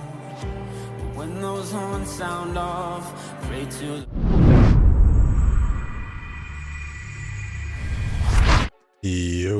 Yo, welcome back, governors. We are here for match 2 of this best of 3 series, 93T versus JST. I am again joined with my good buddy from 93X, Sheepdog. Sheepdog, how we doing? Holding in there strong? Yeah, got some more coffee. We're good to go. There we go. Let's get it. So, 93T notches the first win in this best of 3 series. What what do we get now? Do you think we get a play from 93T that maybe they want to look to, because they can afford the loss, right? So if you're in that driver's seat, would you like look to put it away early with, let's say, like a play on the obelisk per se? Doesn't have to be right away, but could be, you know, sacking first arc, which we've seen in the past. With that comfortability and that lead, do you go out and pull something tricky, or do you think you want to just stay to your guns and just play a clean match and just get out of there? I'm on the second road there. I might switch some things up to keep people on their toes just a little bit. You know, maybe try something in a more subtle as an opener or something like that. Okay. Not do the exact same game, but that was a pretty commanding win. Yeah. You can pretty well just stick to your guns, and really what I'm looking here is what is JST? If I was in T spot, what is JST gonna try to do to switch the momentum, like, and trying to counter whatever that is play our match and then just look out for the shenanigans. Yeah. And really. And with being a coordinator on the 93X team, like, how do you go about that if you're JST? Obviously, there was a ton of overloaded pressure on this top side, outside lane on the Sky Altar in particular. Do you now pull resources there and you want to protect that a little bit more, or do you maybe say, hey, we have to wait and see? Maybe 93T doesn't play that same strat. Maybe they go for this bottom side now, and this bottom side is going to get more of the rotations. Like, how do you kind of come up with that in that 15-minute time frame? Honestly, it's that's what makes this an interesting match, is both teams are so structure oriented. Yeah. It's going to be really difficult to outstructure, especially on that outside lane. That's their bread and butter, you know. Mm-hmm. So what I would be doing personally is I'd be looking to exploit weaknesses rather than trying to mitigate their strong lane. Gotcha. I'd hold as best I can in that strong lane, but try to find a weakness elsewhere that we can exploit. Would you say that one of those weaknesses would be something off of the timed rotations that we see 93T do to kind of pull onto this outside lane to get better attacks onto the desert altar? I mean, the last time T lost in the grand finals, at least against the Chinese server teams, it was through a copious amounts of arc captures, right? Mm-hmm. That's what I'd be probably looking to do. Gotcha. Personally, is trying to, you know, stem the hemorrhage from the building game and just rapid fire cap those mids. Yeah. Especially with the, I mean, just if you looked at it, the healing on the other side, Mm-hmm. I think it was like 35 million healed by T, and like 2 million healed by JST. That shows that, I mean, they have the power. I don't know about the account setup, but I mean, we've all known JST has really strong accounts. Yeah. Been looking to have more of those big murder ball fights, personally, versus T. That's with those accounts. That's a great point. And for a team with T, again, they are gonna have to heal a little bit more than usual.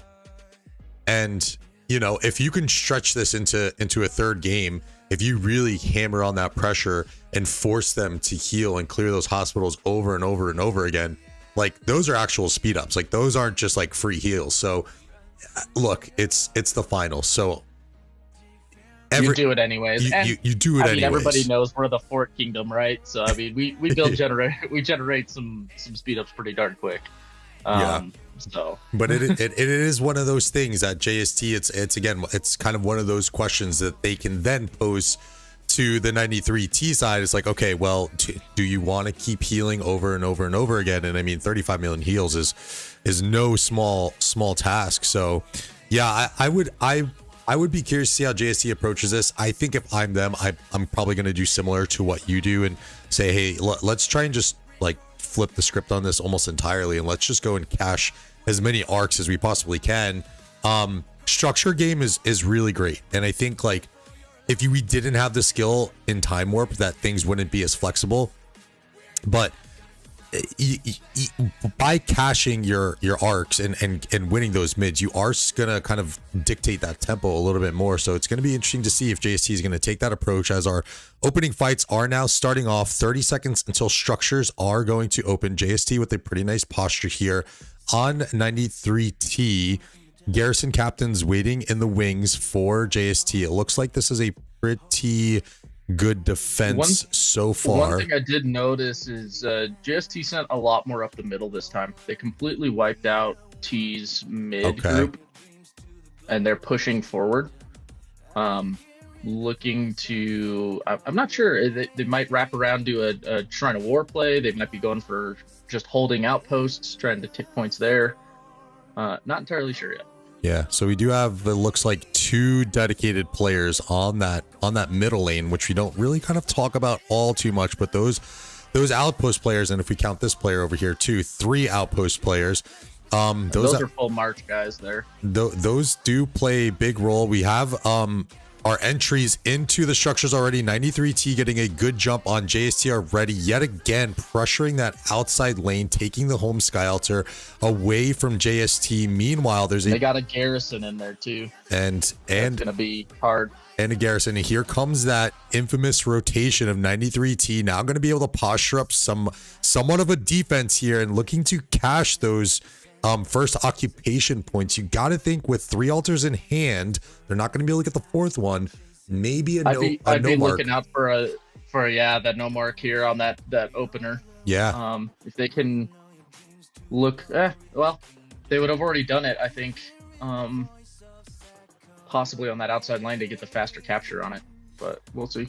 Yeah, and then also too in these opening stages of the matches too, we cannot forget about the importance of no mark when it is cast, especially some of those attacks on obelisks, but no skills being used on these teams just yet, and 93T is looking pretty good here on the defensive.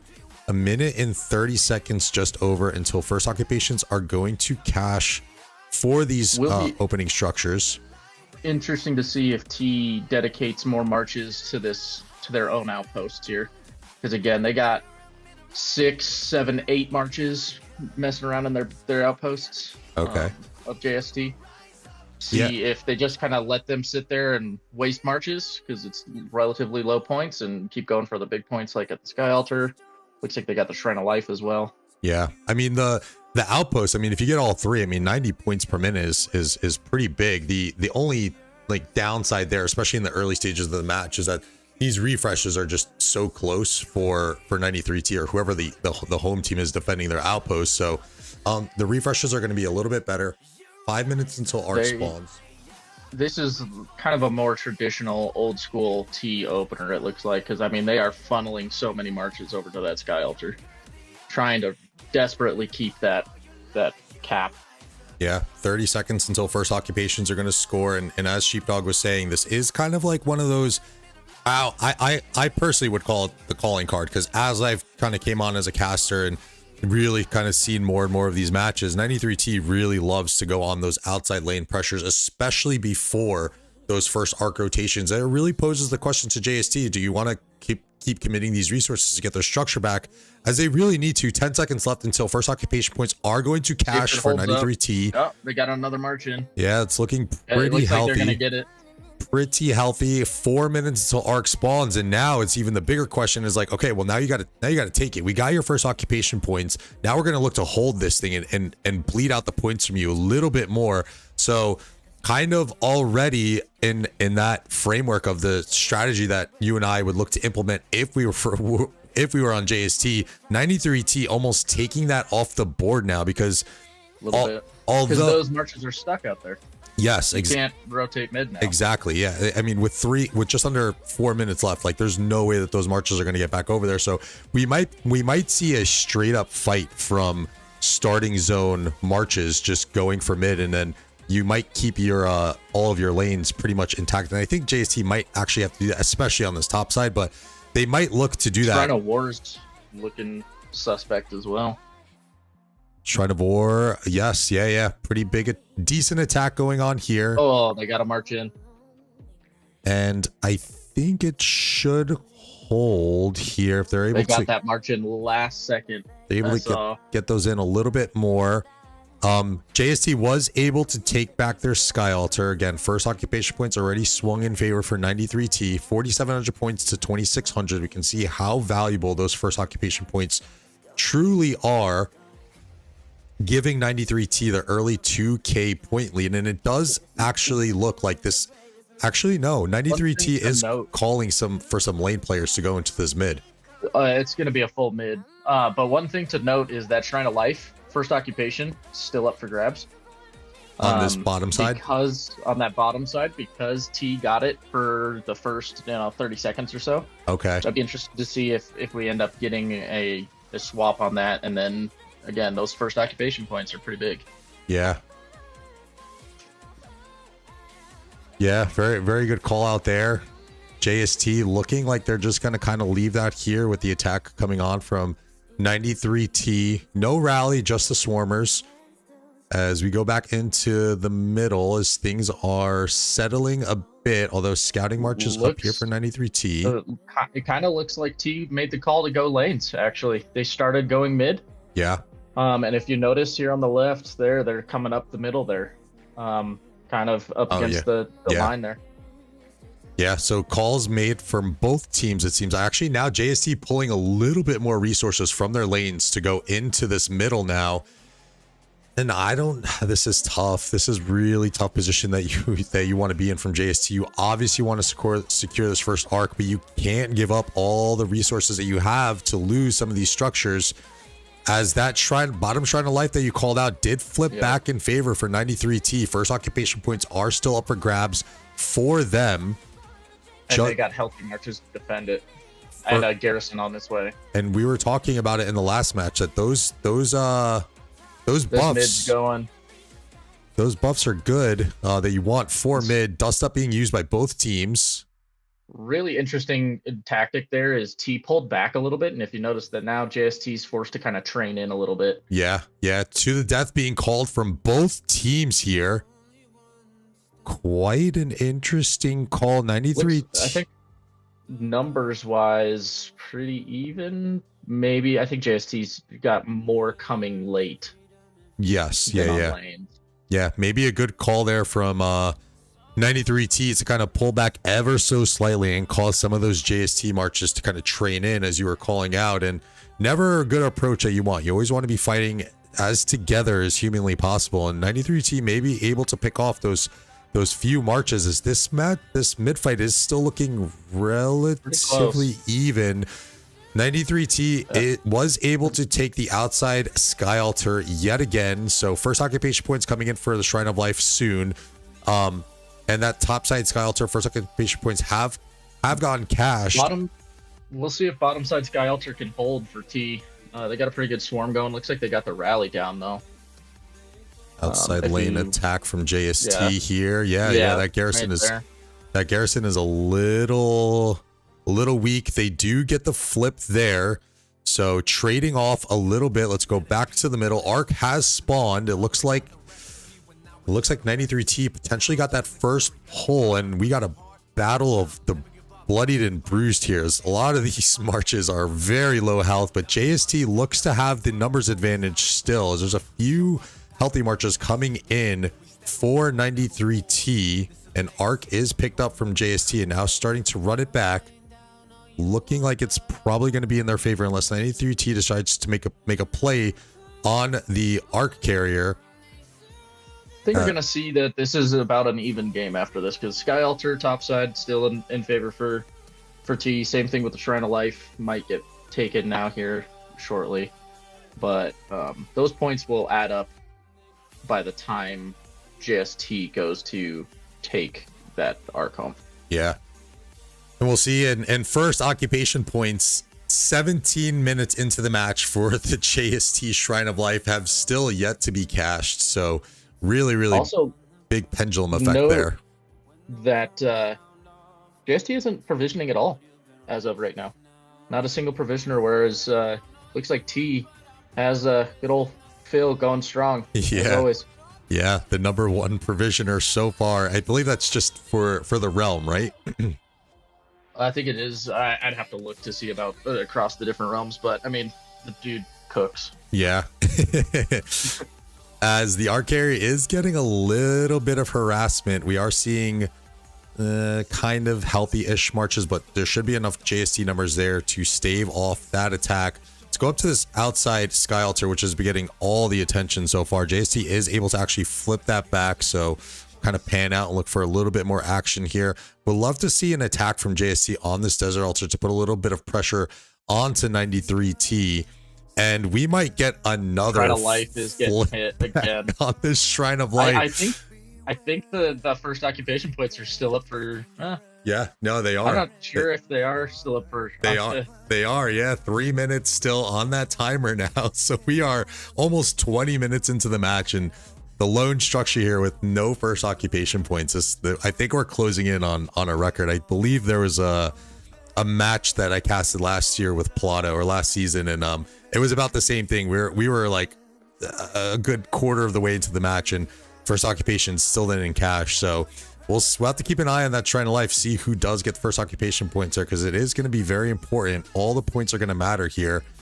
As in, go ahead. One interesting point is it looks like JST still sticking to that Henry Asher rally on this Sky Altar, whereas I'm not seeing much, if any, Archer rallies from T. They kind of went full infantry and the Subutai. Okay. So with being a coordinator yourself, which way would you rather lean? Obviously, your team composition is going to have something to play into it, but would you rather the Archer rallies, or would you rather the infantry rallies with the smite damage, or even the Attila Subutai with the new combo attack damage? I think it comes down to with armaments being so prevalent in these higher level matches, swarming down rallies is huge, because you have all of those special inscriptions that you can swarm down rallies. Okay. I think having some counterattack, and the Subutai hurts to swarm, and we all know that an infantry with Pakal is going to hurt to swarm. And really what you're looking for there is it seems counterproductive, but you're almost looking to do more damage to the field marches with your rally than even the structure. Because, again, your rally, yes, it has a higher cap, but at this point, when you get enough people with good inscriptions, you're going to have insane swarm power with those inscriptions with 10 people swarming a building.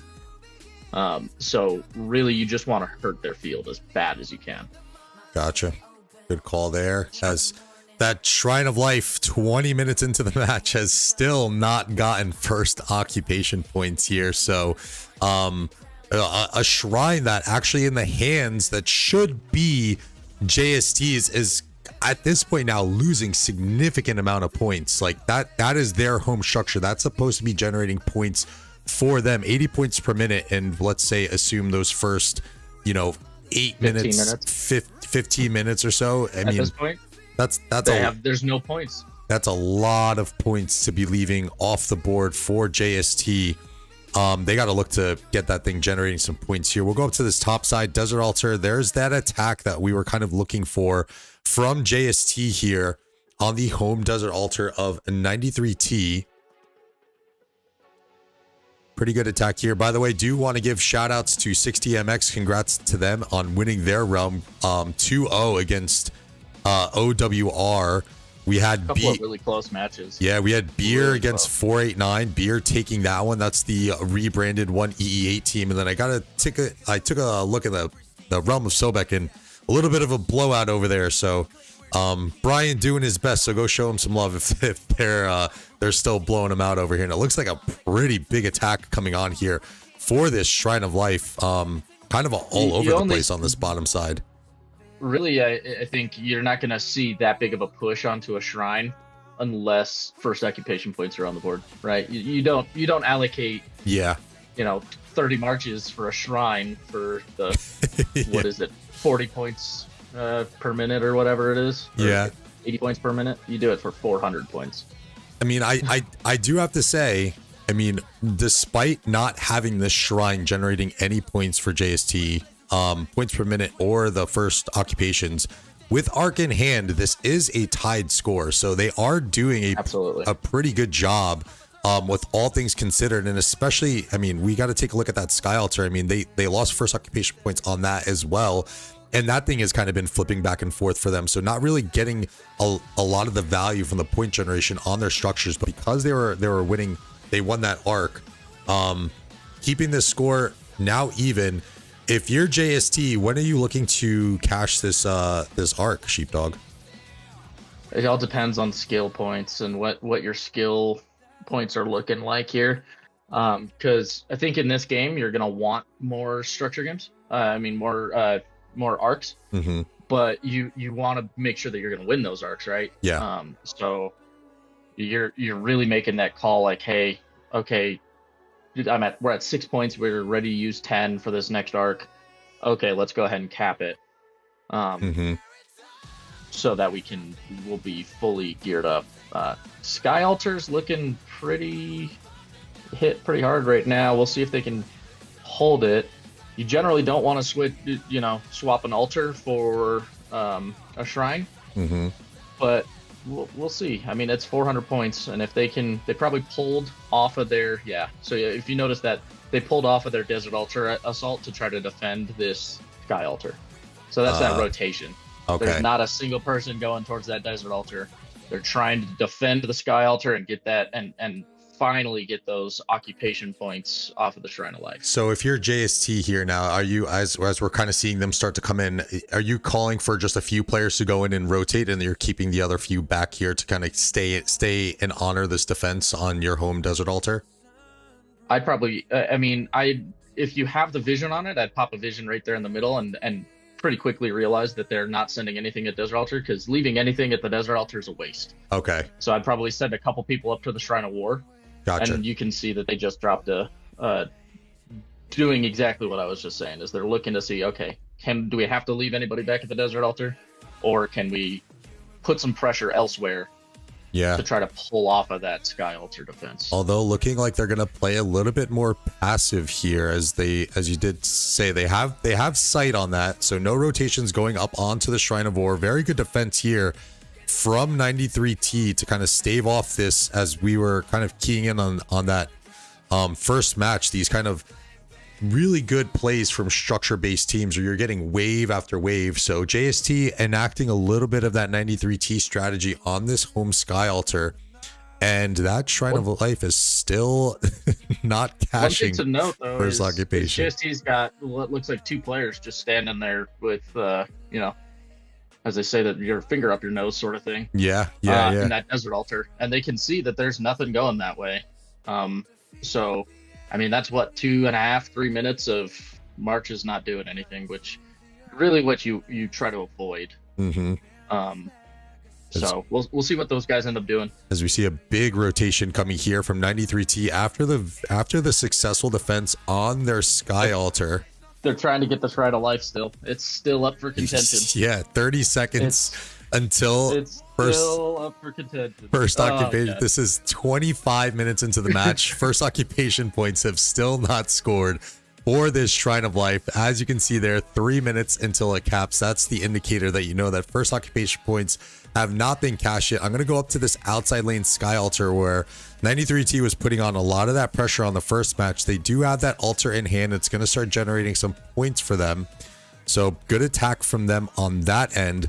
We'll go back to the bottom side, take a look at what this attack is going to be. It looks like 93T decided, as they were kind of trying to pull some troops down onto that Shrine of Life rotation, now calling them back to play a little bit of defense on the Sky Altar and then send some players in rotation onto an attack from what it looks like to be onto the home Desert Altar of JST. So a little bit of a, again, this is nothing's cookie cutter in this Osiris League. There's these live play calls that you have, and we are lucky enough to have our special guest Sheepdog from 93X here to get some of those insights. And another good attack. JST is definitely kind of recomposed themselves after that first match. We've seen a lot better attacks here coming from them in this second match. Do you think that's attributed to anything that 93T is maybe doing differently, or do you think those are just better adjustments from JST? I think it comes down to March allocation as well. We'll see because it really looks like T's is maybe even farming more now than they did last game. So there might be some March differences. Okay. But yeah, I think JST is probably moving some of their players around to try to stem some of that loss. I think that Sky Altar, it's going to be whoever's in that lane. I feel for you guys. It's not a fun lane to defend. Yeah. Just know I feel your pain. Yeah, 100%. Yeah, that little sample size that I got in that practice match with you guys a few weeks ago, I am still kind of recovering from some of that PTSD from that nonstop pressure that 93T likes to put onto this Sky Altar. But a good recap there from JST, and another good attack on the Sky Altar down here.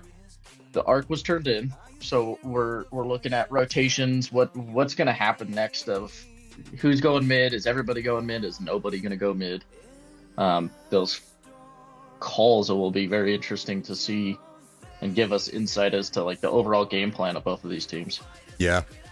And skill bars should be relatively replenished now too. So we probably do see some rotations, and then like you said, kind of it is the March allocation, the rotations, and then the skill usage. That's going to kind of determine or depict for the teams what the other wants to do, correct?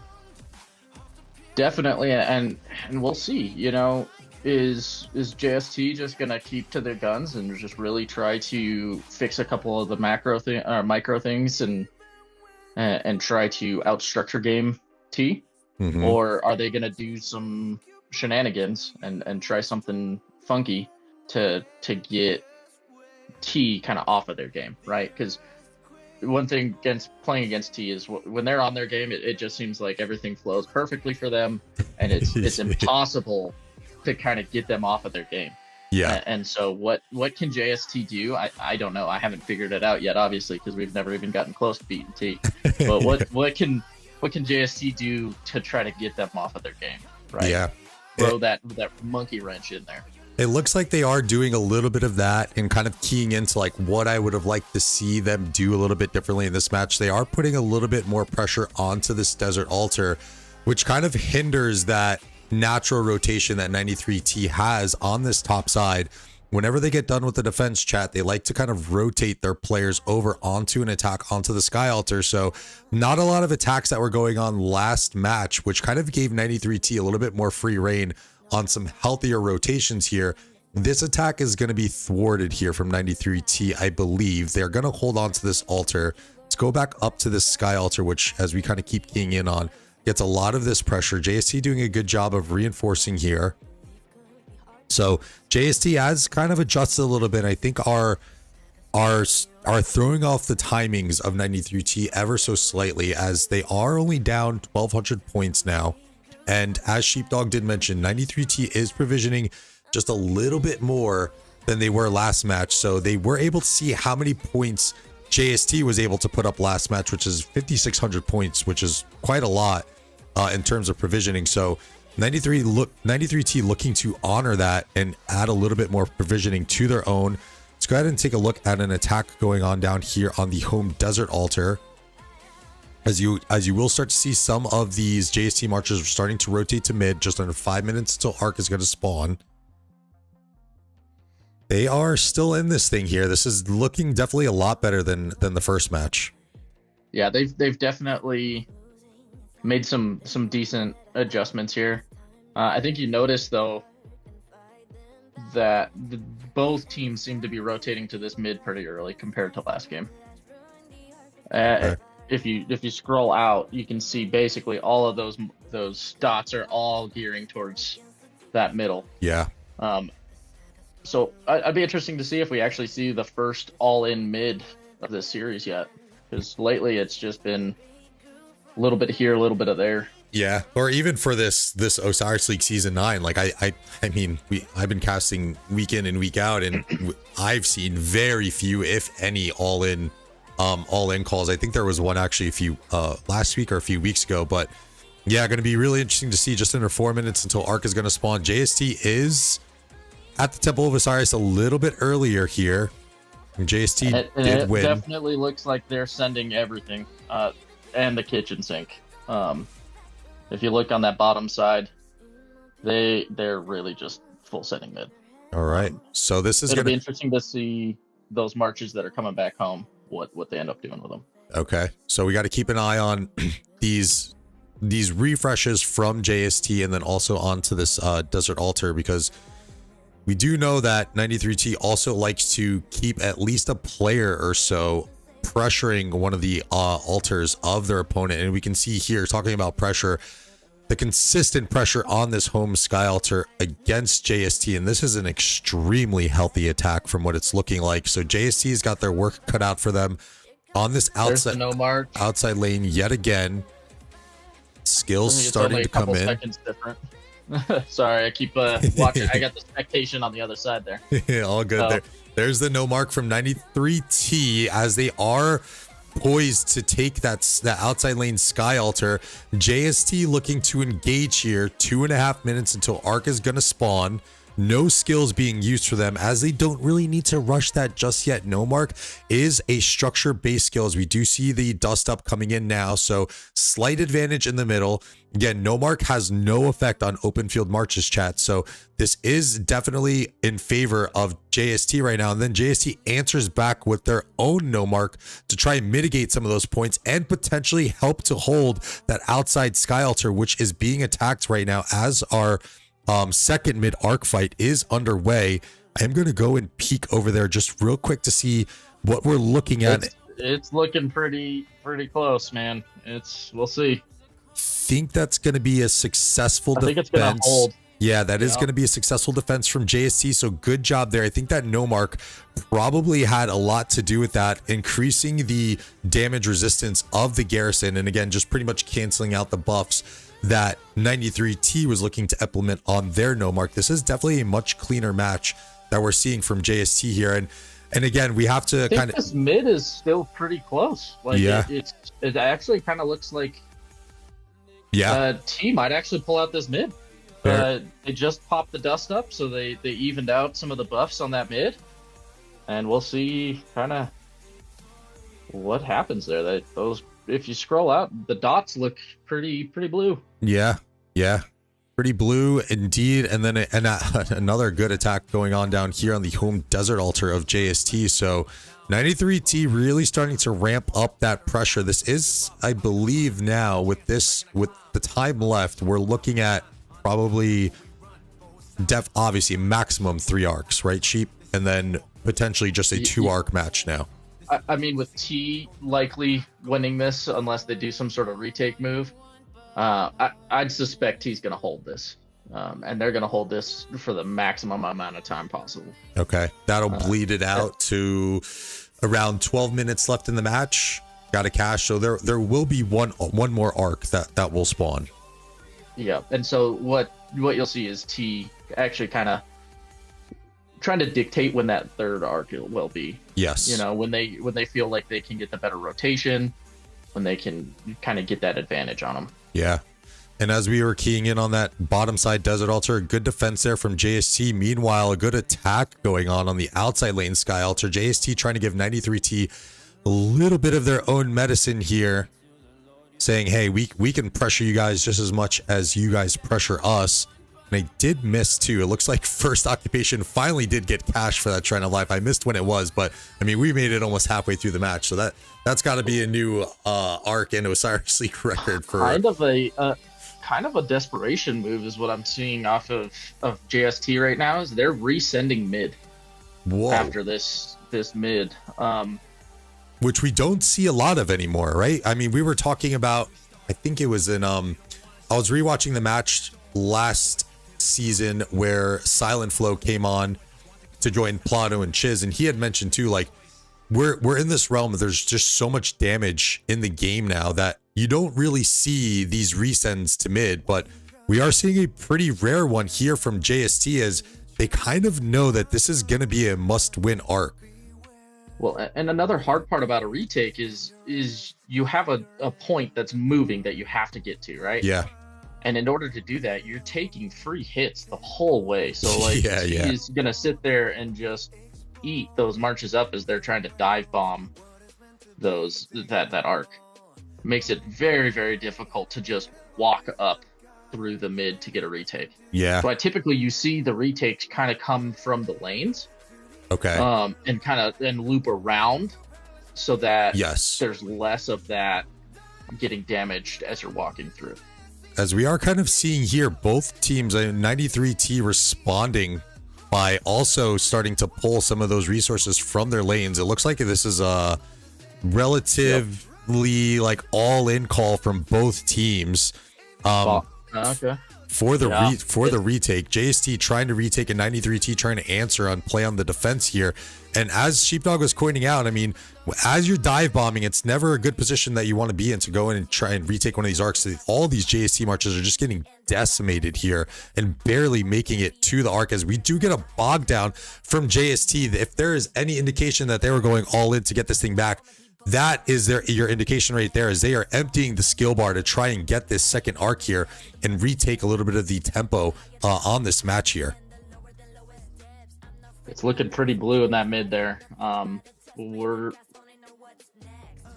The one saving grace that they're getting is on that retake, they still have their own buildings. Yes. So sometimes what you'll see is when you do a heavy retake is you're pulling marches off of your buildings and trying to like the desperation grab on that, and you lose some buildings. Yeah. JST did a very good job of, while still going for that arc, keeping their own buildings. Yeah, but this also, the bog down could be a little bit questionable here, especially when you, I mean, from our perspective, like obviously you could see a lot of the JST marches were pretty much donezo. They opt to go for the bog down, which now puts them down in the skill point battle with 93T. So 93T is now even a little bit more in the driver's seat, as they have the option to go ahead and cash this thing, as they know that they're going to be ahead on skill points. So it's going to be interesting to see what T does here.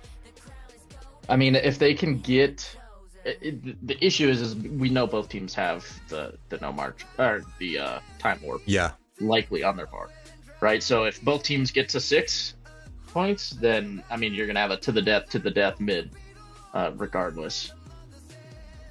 Or we can get actually what with this, I mean the point gap isn't so large. I think you could probably afford to do a fake out arc too, but I feel like with the circumstances right now, that is going to be a little bit hard to kind of disguise, to try and send a contingent of troops to mid, although not the entire thing, to go for a time warp into a no mark. So that play is going to be a little bit harder to pull off, but I think it is probably an option.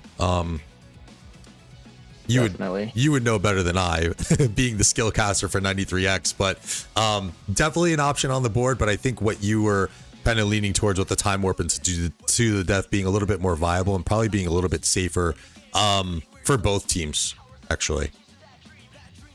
You know, so if you look up where the arc carrier is, he's doing something kind of interesting. I'm curious what he's doing, why he's like moving that march around a bunch. He's kind of like going further out, and I'm not sure. Maybe he just, selected all marches and went out. Yeah. Or maybe that's on purpose. I don't know. Well, I think there's our man Super. All marches selected and then kind of realizes like, oh, I'm dancing around with the arc. Probably not the best thing to do with 20 minutes left in this best of three series. On the top side, it looks like T is abandoning the pressure on the Sky Altar, and every march is in that inner lane. Interesting. A play that we did not see at all. Pretty much allocating most of their resources onto the outside lane Sky Altar attacks here, and now trying to play defense. And I think that's probably the call, right? Because, I mean, we're going to have a true score here of 25,000 to 20,000. They have 5,000 point lead with the arc in hand. So at this point now, they simply kind of want to bleed this out and just play defensive, right? Yeah. Hunker down, provision hard, turn in your there is going to be, well, did they just turn in? Now the arc lost control. I just saw they're just switching out who gets the arc. That's all that was. Okay. Sorry, I'm looking on the other screen. It's annoying that the casts are a little off. I keep Yeah. calling things out on one screen. Maybe I'll just put that one down for now. It's all good. It's all good.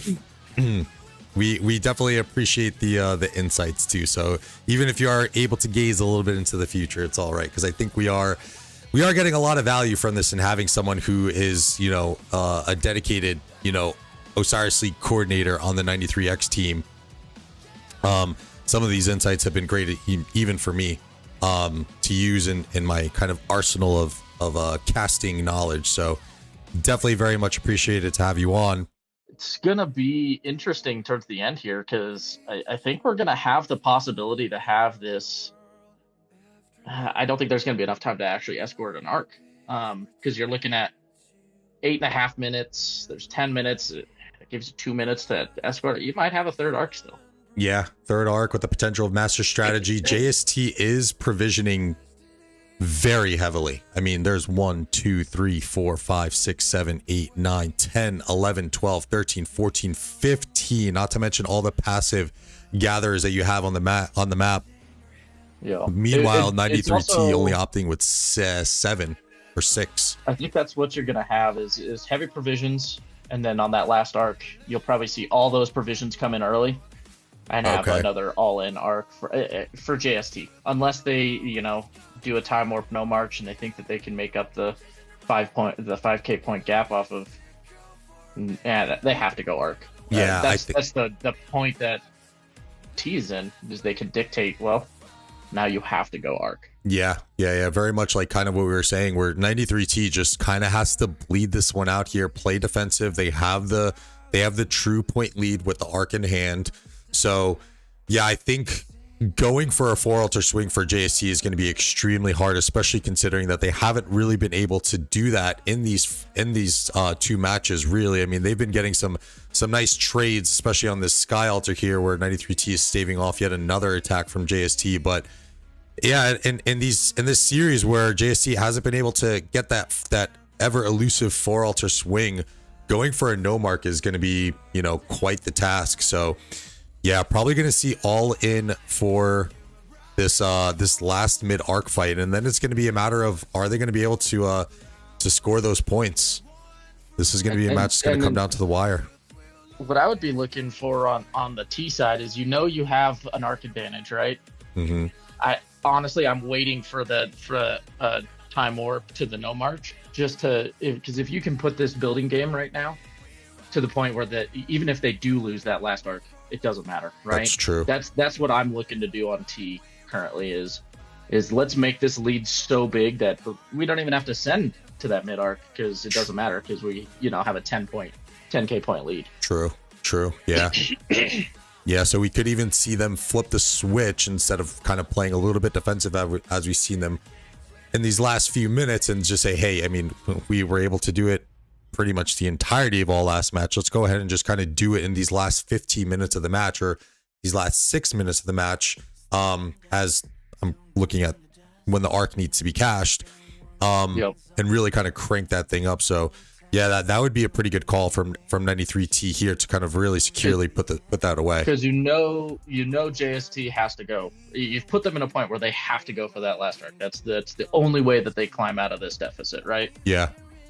And you know that at this point. So you could really just wait for that to happen and pop your no march and just sit there on buildings until the end of the game.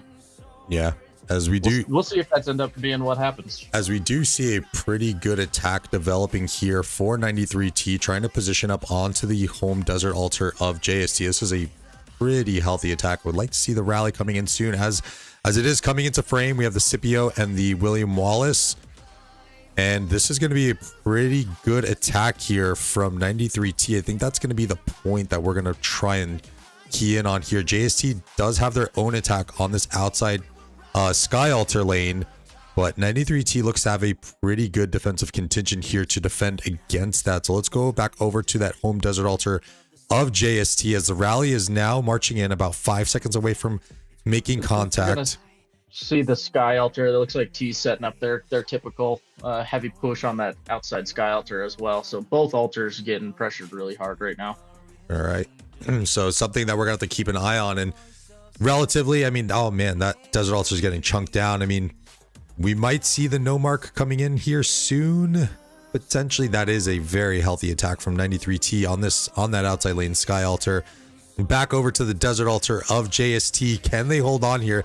They actually, I think in my mind, like they have to hold on to both of these altars here because they really do. They like because the risk of a no mark coming in is just gonna totally decimate. You know them. That the 93T leaders are just sitting there hovering over that no mark. If they think that they're gonna cap one of these altars, they're just gonna pop it right before they go into the building. Yep.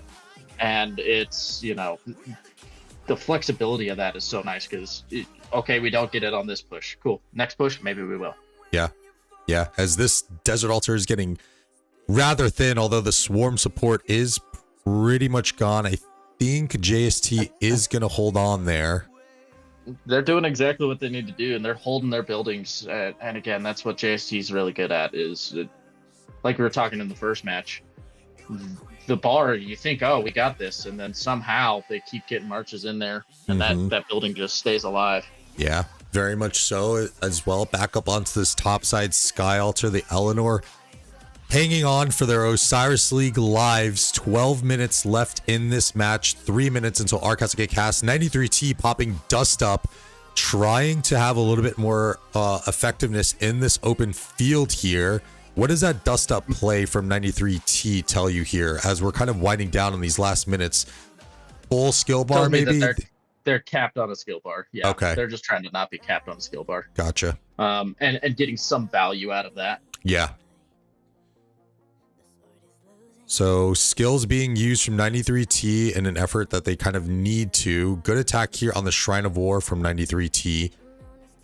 And I think it's pretty impressive to JST here that they're holding all of their buildings against. Yeah. Like, let's be honest, like the reigning champions back to back with 15 marches still farming, and they're holding their structures. Yeah. Yeah.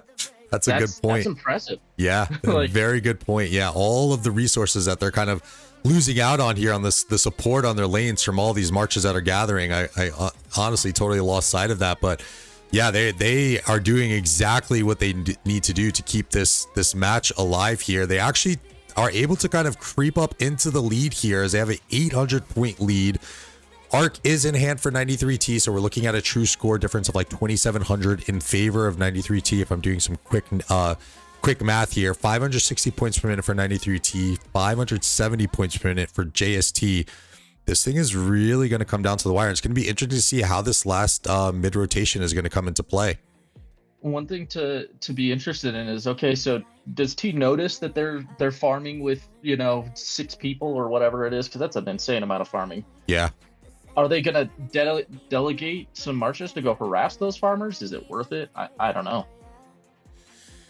Yeah, it's always a tough call, but I mean, if you're on their side and you notice that, I mean, with the JST kind of having the defensive holds that they have, I think maybe if you're 93T, you can let a couple players go, because again, they are still in the driver's seat of this thing. They just need to, they simply got to kind of bleed this thing out and stay, they're having some good attacks, but pretty much stay defensive and keep their structures in hand, which they've been able to do successfully. Both teams actually really big pendulum effects: attack, defense, attack, defense, attack, defense. So both teams doing a really good job on the structure game so far. 10 minutes left in the match. Arc is going to be cashed in just about 40 seconds.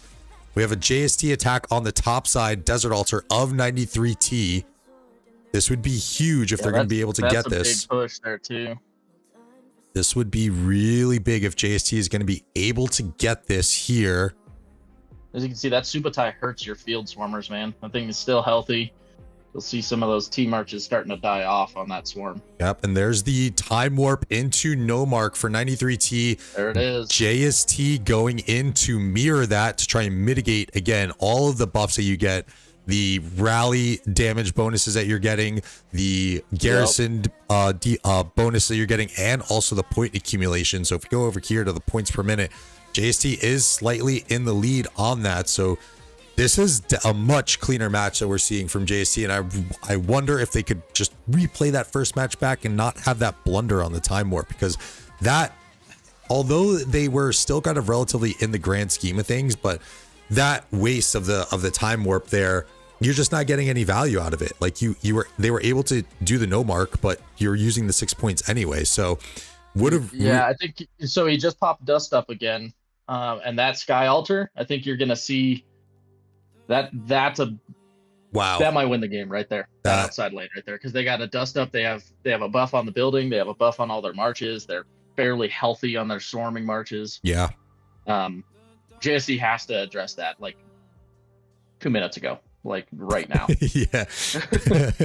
So because you're gonna see every march on that side going after that building right now. Because how come the no dust up from JST in response to me? I mean, I think we go back to that bog down that they used on that desperation play. I don't know if they have the points. Yeah, they really might not have the points yet. Oh, good call out there. Yeah, that bog down again, not really getting a lot of value out of that, as most of those marches in that second mid arc were pretty much gone already, and this is probably going to be where we're going to kind of stay a majority of the match. This Sky Altar hold is going to be huge for 93T. We'll take a look at the points per minute. 741 points per minute for 93T, 546 per minute for JST. This gap is now, we have our true score here, 31,900 points. So we're looking, and I think you'll notice too, T is playing a lot more into the provisions now. They also made that call of and then there's your dust up. They just didn't have enough points early enough to counter that, but now you see a lot of T guys out there farming too. Yeah. So good responses on both ends. 93T making the provision calls to try and mitigate the amount of provisioners that JST had out, which was like an absurd amount of like 16 amount of marches. And 16 marches, I mean, they were out there a little bit longer than 93T, could have been helping on this outside lane here and prevent JST from losing an ever so valuable altar, especially in the closing 10 minutes of the match. Is definitely something that you don't want to do. Combine that with the fact that there's a no mark and there's going to be a little bit more point generation coming from that. And JST is struggling to get this altar back. I mean, T's just kind of in the driver's seat right now. They just popped their energetic, and I think it's going to be another minute or so before JST can pop their energetic. So you're going to look at this last arc too. JST is going to be behind on those skill points for the must-have arc for them with 2 minutes left. Yeah, arc capture here would put JST ahead by about 400 points if we're going off the score currently. So JST is definitely very much alive in this thing. There's just under 5 minutes now until arc rotations are coming, and I think you're starting to see maybe some players starting to refresh those marches now. Might start seeing some rotations coming in here as structures are pretty much stable. If we want to take a look at the sky view. And it'd be interesting to see if both teams go for this arc, or if because I with it being such a short timer, he has the option to just delay it so that cool, you won the mid fight, but if you can't get it to a building, it's null and void again. Yeah. So I'd be interesting to see if T puts heavy pressure on both of the inside lanes here. Okay. So that they get the buildings, and then they can also wrap around and delay that arc, leaving those outside buildings. No push. I mean, you can really just delay that. I think we are starting to see a little bit of that now starting to play out before our eyes here. No marches here onto the attack onto the sky altar, which 93T loves to do. So now putting all that pressure onto that inside lane. Shrine of War Sheepdog was just calling out, and kind of similarly here, not as much to the effect as the top side, but the bottom side as well, getting a fair amount of allocation from 93T on that inside lane. So yeah, this thing is gonna really come down to the wire here. And I think even to your point, I don't know if the third arc, with no master strategist, I mean, it's gonna be almost impossible. I think it's what, a minute or a minute and a half max if you're running it over to the outpost. So that's if you have a fast CC. I mean, in a true, like, if they contest at all, you might pick it up with like hopefully some sort of cap march. So maybe like an Arthur. That's not going to be as fast as like your true arc runners, a T1 with Cow. Yeah. Or Belisarius Prime. Yeah, we are seeing some of those marches make their way into the middle for JST. 93T opting to send probably a little, looks like maybe one player coming in, a couple other players coming in from this inside rotation that Sheepdog was calling here. We see Paw coming in from the rotation. A couple players getting the call to go into the middle to try and slow down that arc capture from JST. Because I think we're going to see JST with the provision bonus, because he sent out more farmers, but I mean, JST's been doing that for half the match, so there's going to be a gap there. So you can't, if JST wins this mid and caps it, I think we're going to be at a much closer match than T would like. Yeah, if we're even going off the last set of provisions, right? Let's just kind of speak hypothetically here. 5,600 points for JST last match, and I believe 93T was in the realm of like 3,400. So you're and Chad is also talking about. I mean, T had Desert Storm on their bar. We still don't know if they swapped something else in for this match. They could have a trick up their sleeves sort of thing with the skill. Yeah. Very good point there. Yeah, what a way to win if they are able to pull it off. If that skill stays hidden, not using all 6 skills to win this final match here. This is match 2 in a best of 3 series, chat. So 2.5 minutes until we see if JST's Osiris League hopes stay alive and they go on to play in that third and final match here. Going to be very interesting to see as we close this thing out. I think I think at this point we got to look at the mid and see. I mean, the only way this becomes a JST win is if they can get that arc and escort it in time. And we are. And I think T knows that, so they're going to send as much harassment as they can. Yeah, and none of those. Oh, and there's a to the death in outside lane on this Shrine of Life. The to the death call here. Interesting. It's for the march speed. Yeah. They want to take the march speed away from the arc carrier. Huge play. Wow, that's big brain if I've ever seen one. And that's what I'm gonna assume, because otherwise that makes no sense to me. Yeah. But my guess is he's doing the math in his head, and he's like, a minute, they're gonna have to be hauling ass. Yes. Yeah. 100%. And I mean, on those double C marches, I mean, we only see one here waiting in the wings for JST. So there's another one here with the belly prime. That's a T1. Here's I think these are T5s. So Arc has see if they actually appeared. take it. It doesn't look like it's been taken. That Shrine of Life is holding on. The belly prime with the pull. The T1 march does have the pull for JST. The hopes lie in the hands of the belly prime. We see the timer there, a minute and 40 seconds. They're not going to make it in time to cash the arc. 5,000 point gap. That's a bummer. That is a bummer. Oh no. Now you're just praying for provisions at this point, and I don't know if it's going to happen. We're seeing most of the provisioners now coming in for JST. 30 seconds left, 5,000 points. It's been an even provision score up until this point. Does JST have any fat farmers that have been farming? Here comes the Baba farmer march. Is that going to be the difference? It doesn't look like it's going to be. Still 4,000 point difference here. I think it's over, man. I don't think there was enough. And that arc. 93T, 5 seconds away from being crowned back-to-back-to-back champions. And there it is, ladies and gentlemen. Congratulations to 93T winning back-to-back-to-back Realm champions. And what a match. I mean, great job from JST to make those adjustments that they did. I think there was just a few plays that were a little bit off, like that bog down on the second arc, and it cost them a little bit of skills, but really good adjustments from JST to kind of come back the way that they did. And what a final series here. Sheepdog, very nice to have you on. Thank you so much for the insights. Do you have any closing thoughts for the community? Nah, just I'll be excited to kind of see how the Grand Prix goes, and then hopefully you'll see our team somewhere up a little bit further into this tournament next time. Absolutely. I'll be rooting for you as always. Chat, thank you so much. Hit that like button and subscribe. All of the links to the casters channels are down below. Please go and check those out as well. It's greatly appreciated. With that, we are out. Love y'all. Peace.